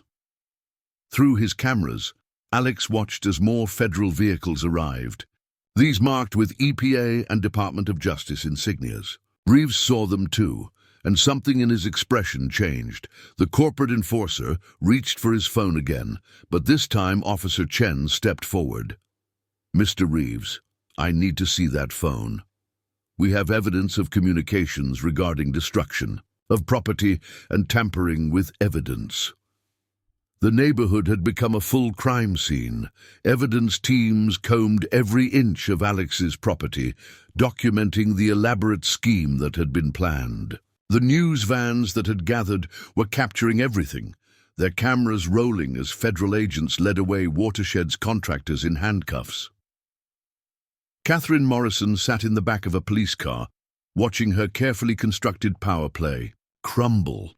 Her phone hadn't stopped ringing, likely Watershed's executives trying to contain the situation, but it was too late.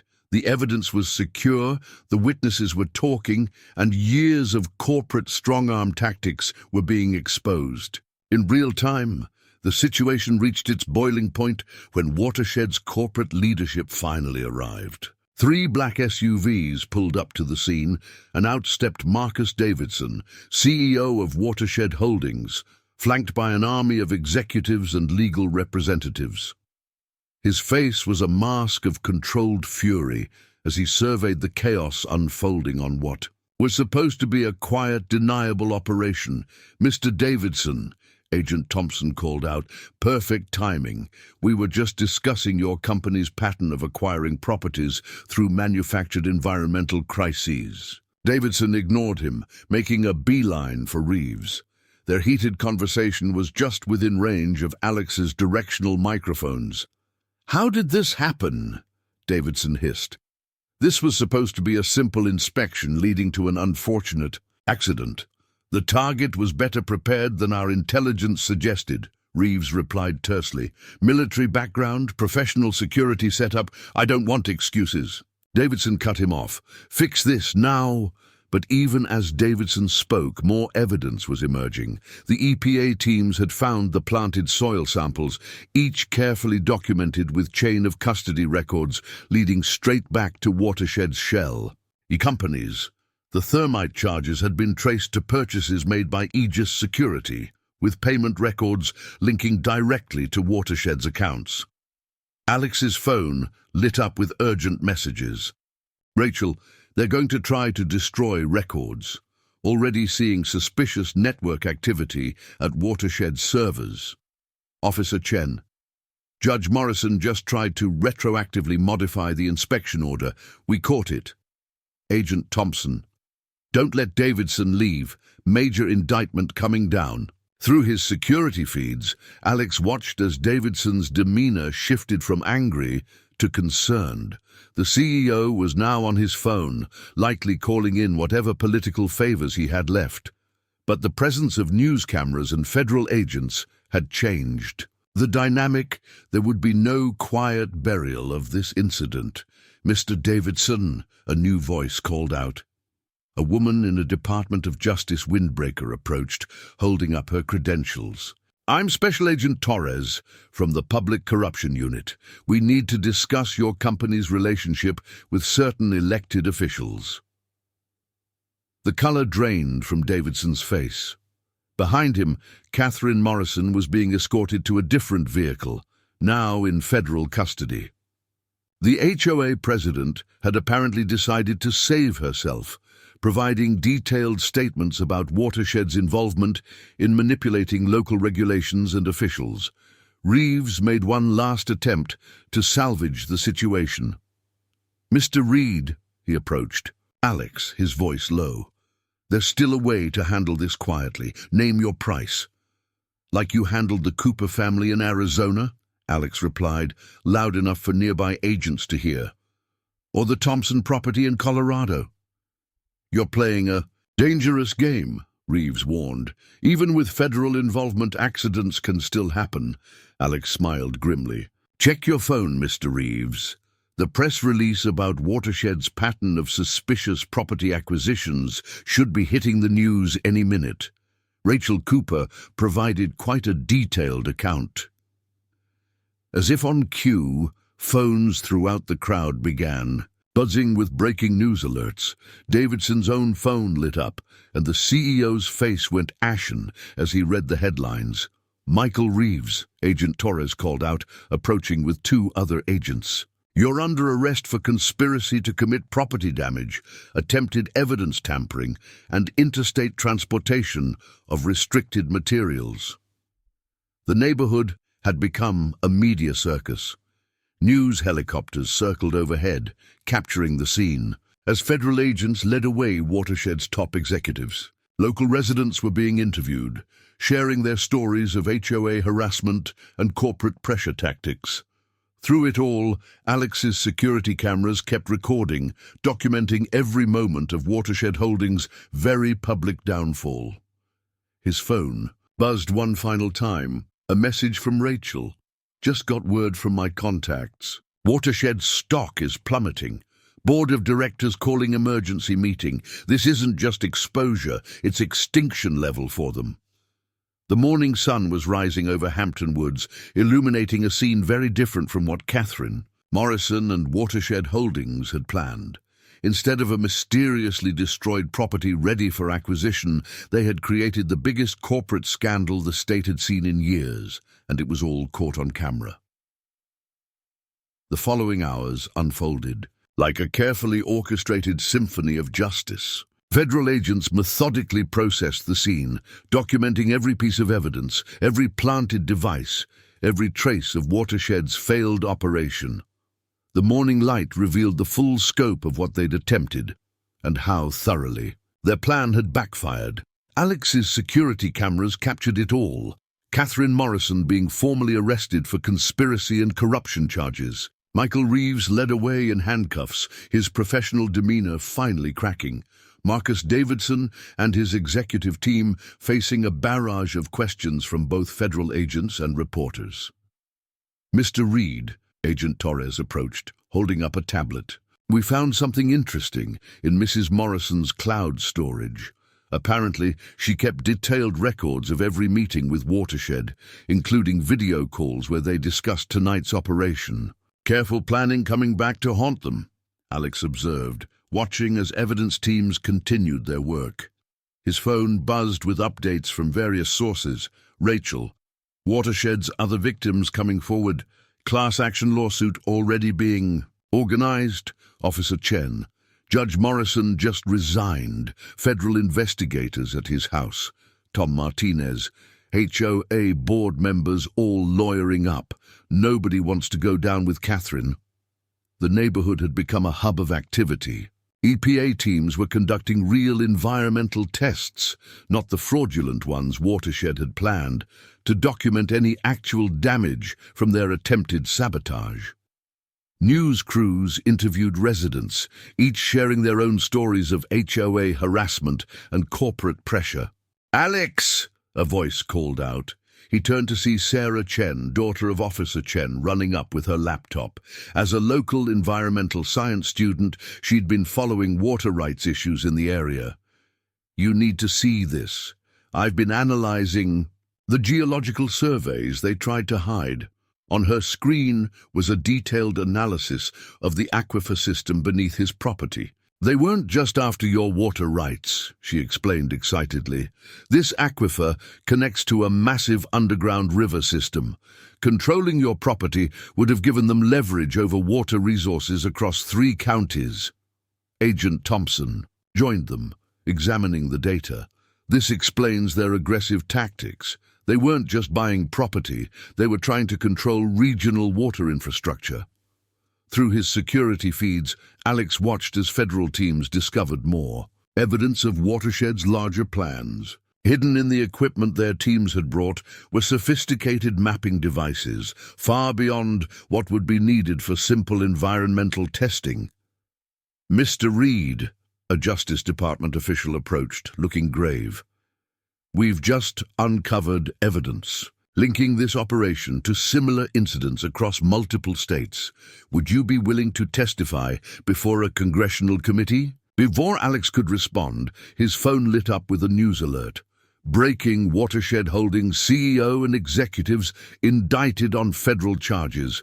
Stock trading halted." The scene at his gate had transformed into something resembling a command center. Federal agents coordinated with state authorities.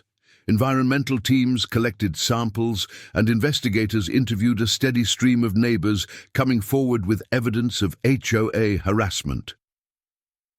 Rachel Cooper had finally arrived in person, escorted by federal agents. She looked both vindicated and exhausted as she handed over additional files. "They tried to destroy my life when I first spoke up," she told Alex. "Never thought I'd see them actually face consequences." The morning sun now fully illuminated the neighborhood, revealing the scattered remnants of Watershed's operation. Abandoned equipment, marked evidence locations, and the concrete barriers they'd tried to use to block his road, now being documented. As evidence of their strong-arm tactics, local news crews were having a field day, broadcasting live updates about the corporate scandal unfolding in their quiet suburb. The story was spreading rapidly. Corporate giant caught in massive water rights conspiracy. HOA president arrested in federal raid. Watershed Holdings executives face multiple federal charges.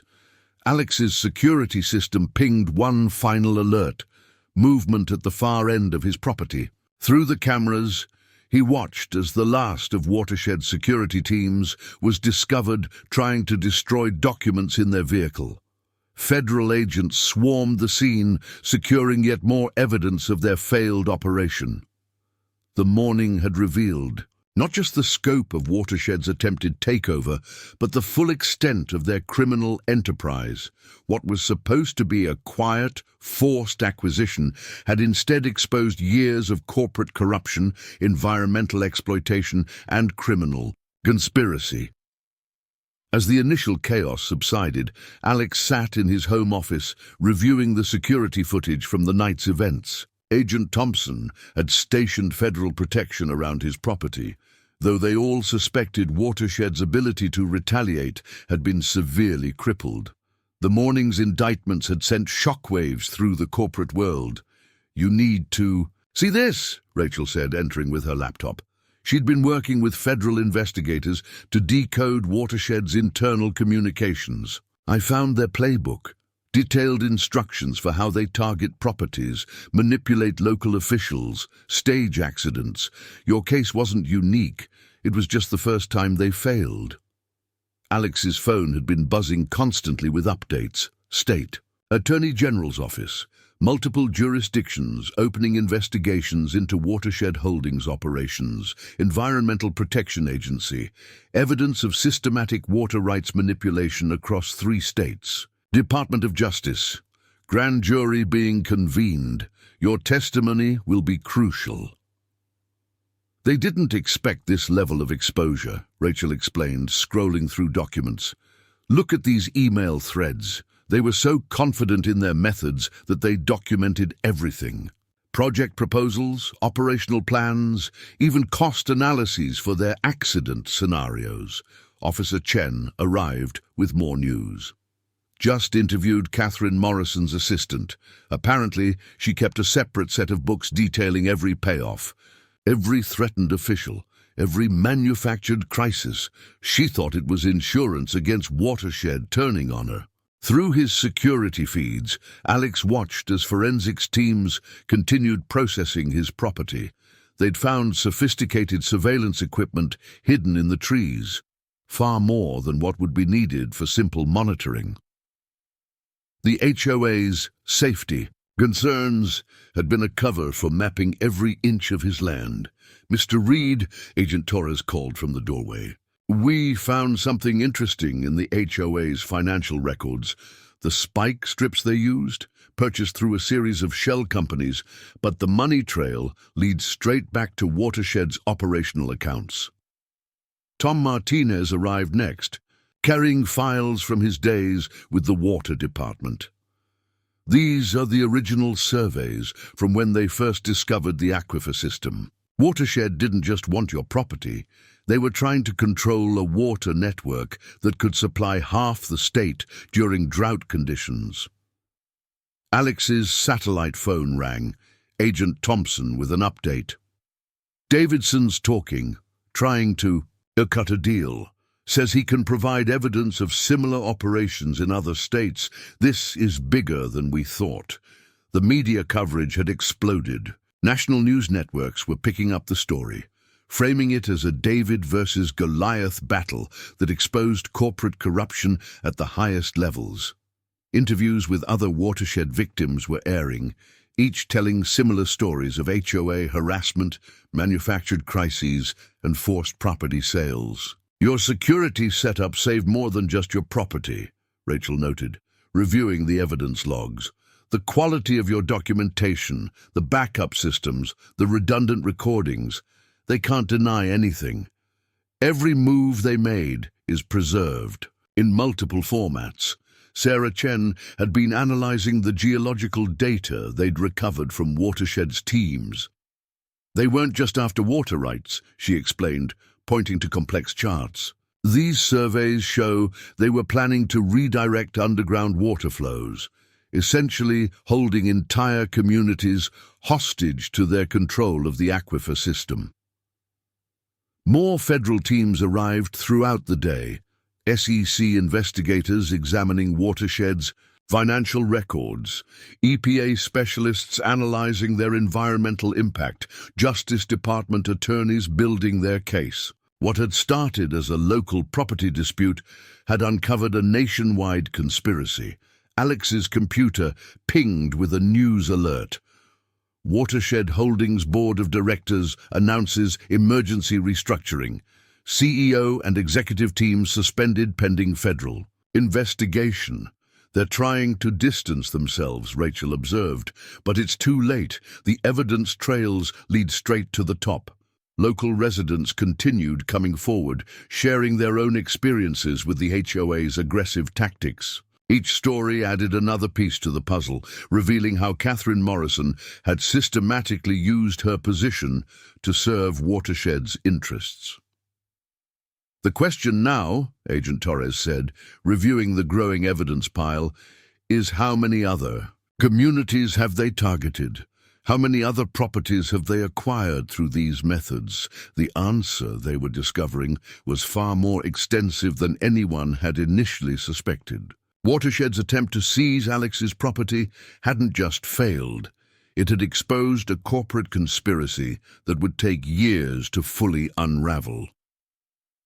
The community response in the following days surprised even Alex. What began as a trickle of support turned into a flood as more Hampton Woods residents came forward, each with their own stories of HOA intimidation and corporate pressure. The neighborhood that had once viewed him as an outsider now rallied around his stand against Watershed Holdings. Linda Peterson, who'd lived in Hampton Woods for 30 years, organized an emergency community meeting in her backyard. Nearly every household attended, bringing documentation of their own encounters with Catherine Morrison's aggressive tactics. "They threatened to put a lien on my house," Linda explained to the gathered federal investigators, "all because I questioned why they needed access to my well water records. Now we know why they were so interested in our water rights." Alex's phone buzzed constantly with messages of support and new evidence. Local business owner found records of Watershed trying to buy water rights through shell companies.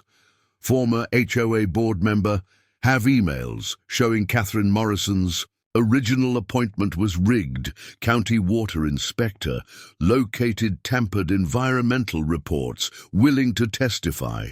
Tom Martinez had become an unofficial coordinator for community evidence collection, using his experience from the water department to help organize the growing mountain of documentation. "People kept records," he explained to Agent Torres. "They just didn't know how it all connected until now." Rachel Cooper arrived with more news.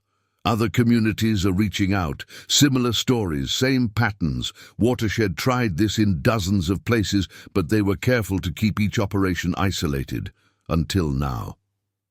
Through his security feeds, Alex watched as more investigators arrived, setting up a temporary command center in the community center. The EPA had expanded their testing, discovering that Watershed's previous operations had already impacted local water tables in concerning ways. "Mr. Reid," Sarah Chen called out, rushing up with her laptop, "you need to see this. I've been analyzing water quality data from other Watershed acquisition sites. They didn't just take control of the water, they were deliberately manipulating supply to force property sales." A group of environmental lawyers had arrived, offering pro bono services to affected residents. They set up in the community center, taking statements and building what was quickly becoming one of the largest class action lawsuits in state history. "The pattern is clear," one lawyer explained to the gathered residents. "They used HOAs as cover for environmental manipulation, created artificial crises, then swooped in to save communities by purchasing water rights at deflated prices." Local news crews had set up permanent stations near Alex's property, broadcasting regular updates. As the story continued to grow, national media was picking up the pattern of corporate corruption and community resistance, drawing attention to similar situations across the country. Officer Chen brought another update. "Just got word from the DA's office. They're expanding the investigation to include every property transaction Catherine Morrison handled as HOA president. The paper trail is damning." The community's shared experience had transformed Hampton Woods. Neighbors who had barely spoken before now worked together, sharing information and supporting the investigation. The HOA's attempt to divide them had instead united them against a common enemy. "You know what's interesting?" Rachel observed, reviewing new evidence with Alex. "Your security system didn't just protect your property, it protected the whole community, every camera, every recorded meeting, every documented interaction. It all helped expose their entire operation." Local environmental groups joined the effort, bringing expertise and resources to help document the full scope of watershed's impact.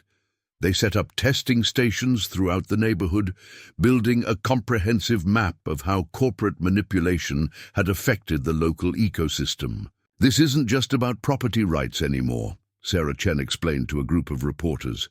"This is about corporate accountability and environmental justice. They tried to steal more than land. They tried to steal our future." The Hampton Woods Community Center had become a hub of resistance and recovery.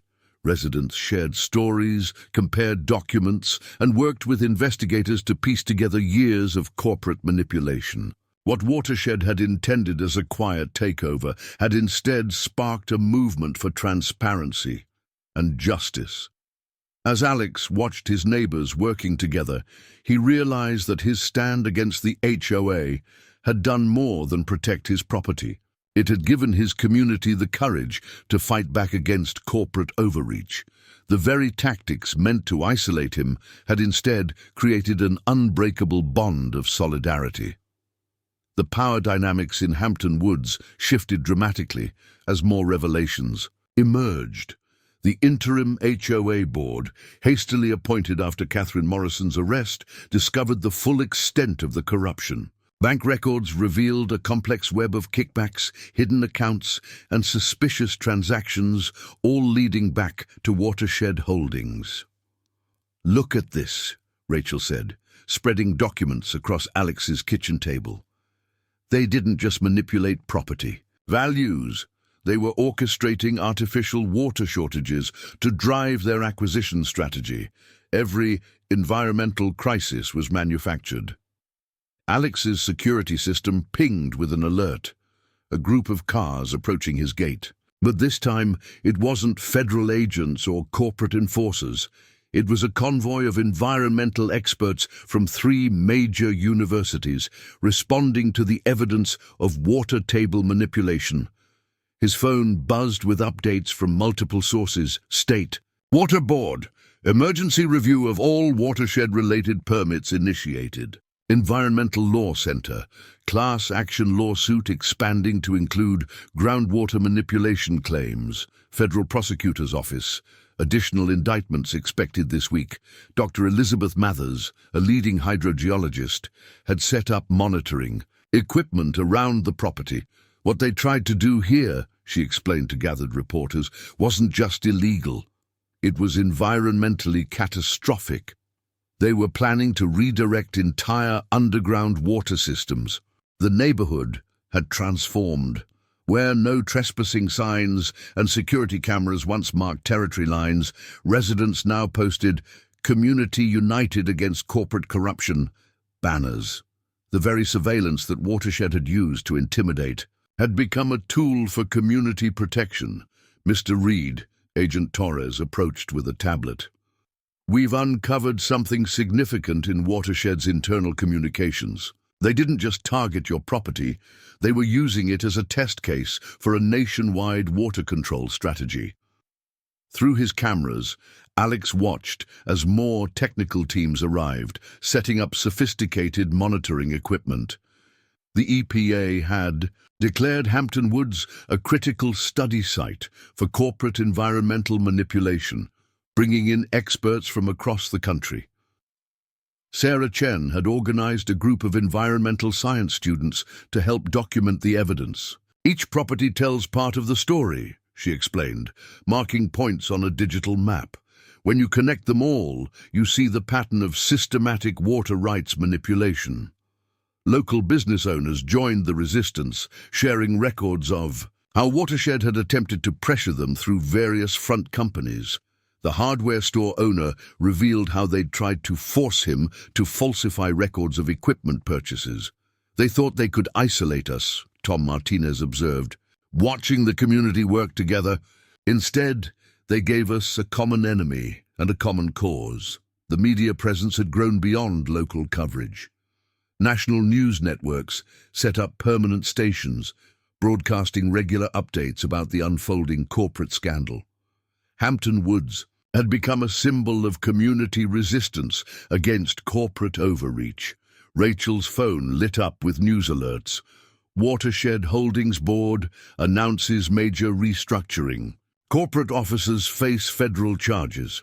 State launches comprehensive water rights review. The interim HOA board, led by longtime residents with no corporate ties, had begun dismantling the restrictive policies Catherine Morrison had implemented. Property owners were regaining control of their rights, free from the threat of manufactured violations and artificial crises. Your stand didn't just save your property, Officer Chen told Alex, reviewing the growing evidence pile. It exposed a corporate conspiracy that was threatening communities across the country. Environmental justice organizations had joined the cause, bringing resources and expertise to help document the full scope of Watershed's attempted manipulation. They set up testing stations throughout the neighborhood, building a comprehensive record of corporate environmental impact. The power shift wasn't just local. Other communities targeted by Watershed began reaching out, sharing similar stories and evidence. What started as one homeowner's stand against HOA overreach had sparked a national conversation about corporate accountability and environmental rights. As Alex watched his transformed neighborhood through his security feeds, he realized that Watershed's attempt to seize control had backfired completely. Instead of dividing the community, they had united it. Instead of hiding their corruption, they had exposed it to national scrutiny. 1 week after the failed operation against his property, Alex sat in a federal courthouse, preparing to testify before a grand jury. The evidence room next door was filled with materials from his security systems, documented proof of corporate corruption that would help bring down one of the largest water rights manipulation schemes in history. "Ready for this?" Rachel asked, reviewing her own notes. She would testify after him, explaining how she discovered Watershed's pattern of environmental manipulation while working as their project manager. Her whistleblower testimony had already helped secure indictments against several corporate executives. Alex's phone buzzed with morning updates. Agent Thompson. Michael Reeves cooperating with investigation, providing details of other operations. Officer Chen. Catherine Morrison agreed to full confession, implicating entire corporate chain. Environmental Protection Agency. Preliminary findings show systematic water table manipulation across 3 states. The courthouse plaza was filled with reporters and community members. Hampton Woods residents had arrived in force, many carrying signs protesting corporate environmental manipulation. They'd transformed from a divided neighborhood into a united front against corruption. "Mr. Reid," Dr. Mathers approached with new data. "The geological surveys we've completed are damning. They weren't just planning to control water access. They were preparing to permanently alter underground water flows. The environmental impact would have been catastrophic." Through his phone, Alex could access his home security feeds. Teams of environmental experts still worked around his property, documenting evidence and installing permanent monitoring equipment. His private road, once the source of so much conflict, had become a symbol of resistance against corporate overreach. "The grand jury needs to understand something crucial," Agent Torres explained during their final preparation. This wasn't just about property rights or HOA abuse. This was a sophisticated criminal enterprise using environmental manipulation for corporate profit. Sarah Chen had prepared detailed presentations showing how Watershed's tactics had already affected local water systems. Each property they acquired became part of their control network, she explained, pointing to complex diagrams. They were building an invisible empire underground. The interim HOA board had taken dramatic action, dissolving many of Catherine Morrison's restrictive policies and implementing new transparency requirements. Property owners were regaining control of their rights, protected by community oversight rather than corporate rules. Tom Martinez brought more files from his water department days. "Looking back, the pattern is clear," he said, showing historical water table data. Every time Watershed acquired property, local water supplies became more restricted. They were creating artificial scarcity. Rachel's phone lit up with breaking news. Watershed Holdings, CEO steps down amid federal investigation. Corporate board announces complete restructuring.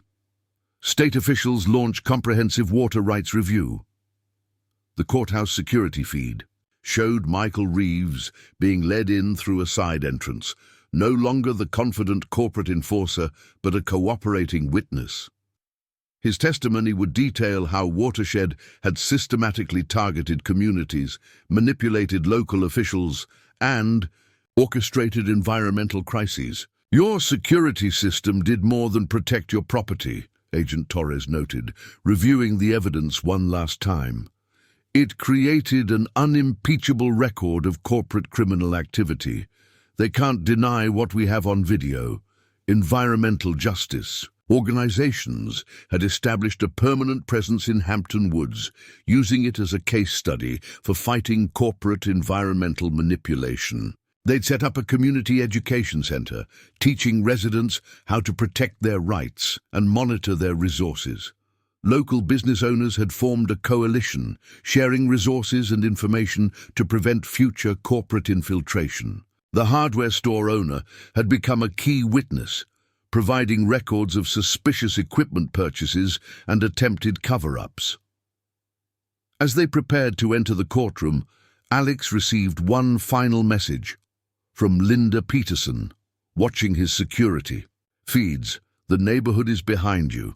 What they tried to steal from you, they tried to steal from all of us. Today, we start taking it back." The grand jury waited behind those courtroom doors, ready to hear evidence of corporate corruption that stretched across multiple states. But more importantly, they would hear the story of how one homeowner's stand against HOA overreach had exposed a nationwide environmental crime syndicate. 6 months after the failed attempt to seize his property, Alex stood at his gate, watching the morning traffic along his private road. But now, instead of HOA surveillance vehicles and corporate security teams, environmental monitoring stations dotted the landscape, their sensors constantly checking for any attempts at water table manipulation. His security system had evolved, becoming part of a larger network of community protection. Residents had worked together to implement a neighborhood-wide monitoring system, ensuring no corporation could ever again attempt to secretly manipulate their resources. Alex's phone buzzed with the morning's updates. Federal Court. Final sentencing. Hearing for Watershed executives scheduled next week. Environmental Protection Agency, Hampton Woods, declared model site for community environmental protection. State legislature. New laws proposed to prevent corporate water rights manipulation.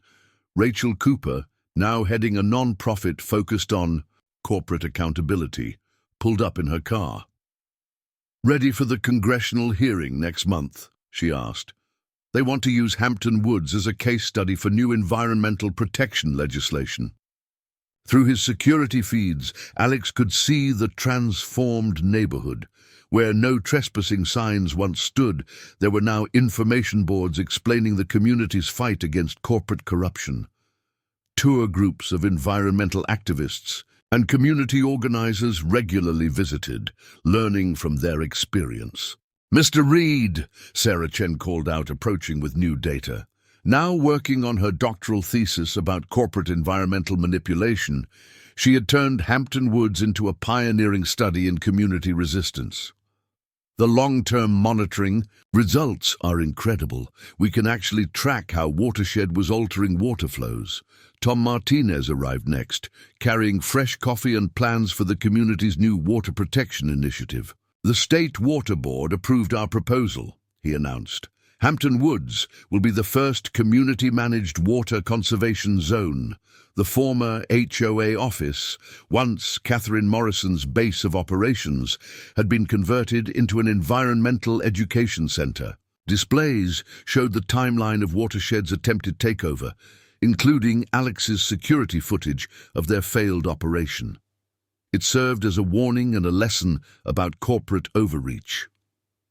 "Sometimes I wonder," Rachel mused, watching families walk past the education centre, what would have happened if they'd picked an easier target, someone without your security background or resources? "They did pick easier targets," Alex replied grimly. "That's why we're making sure it never happens again." His phone lit up with news alerts. Watershed Holdings assets frozen in nationwide investigation. Corporate water rights manipulation scheme leads to new federal oversight. Hampton Woods model inspires community protection programs. The criminal cases were proceeding through the courts. Michael Reeves had turned state's evidence, detailing Watershed's operations across multiple states. Catherine Morrison was facing substantial prison time, her testimony exposing networks of corrupted officials and corporate conspirators. The neighborhood had been permanently transformed. Property owners had formed a community trust to protect their water rights, implementing transparent oversight and environmental monitoring. The very resources Watershed had tried to steal were now protected by the community they'd attempted to destroy. Dr. Mathers emerged from her monitoring station, tablet in hand. "The aquifer system is stabilizing," she reported. "Now that we've stopped their manipulation, natural water flows are returning to normal. Your stand didn't just save property rights, it saved an entire ecosystem." As Alex reviewed his security feeds one last time, he saw not just cameras and sensors, but a network of community protection. Each device represented a lesson learned, each monitoring station a victory against corporate greed. His private road, once a target for hostile takeover, had become a symbol of successful resistance. Local children walked to school along paths now marked with educational signs, explaining their community's victory against corporate corruption. Where Watershed had tried to install spike strips and barriers, there were now water monitoring stations and environmental protection notices. "You know what's remarkable?" Rachel observed, watching the morning activity. "They thought they could isolate and overwhelm you. Instead, they united an entire community against corporate environmental crime." Alex nodded, thinking of the upcoming congressional testimony. His fight against HOA overreach had evolved into something far more significant, a blueprint for communities fighting corporate environmental manipulation nationwide. The morning sun illuminated his property, now secured not just by technology and legal victories, but by the united strength of a community that had learned to protect its resources. Watershed Holdings had tried to steal more than land. They'd tried to steal a community's future. Instead, they'd sparked a movement for environmental justice that would long outlive their failed attempt at corporate conquest. Up next, you've got two more standout stories right on your screen. If this one hit the mark, you won't want to pass these up. Just click and check them out.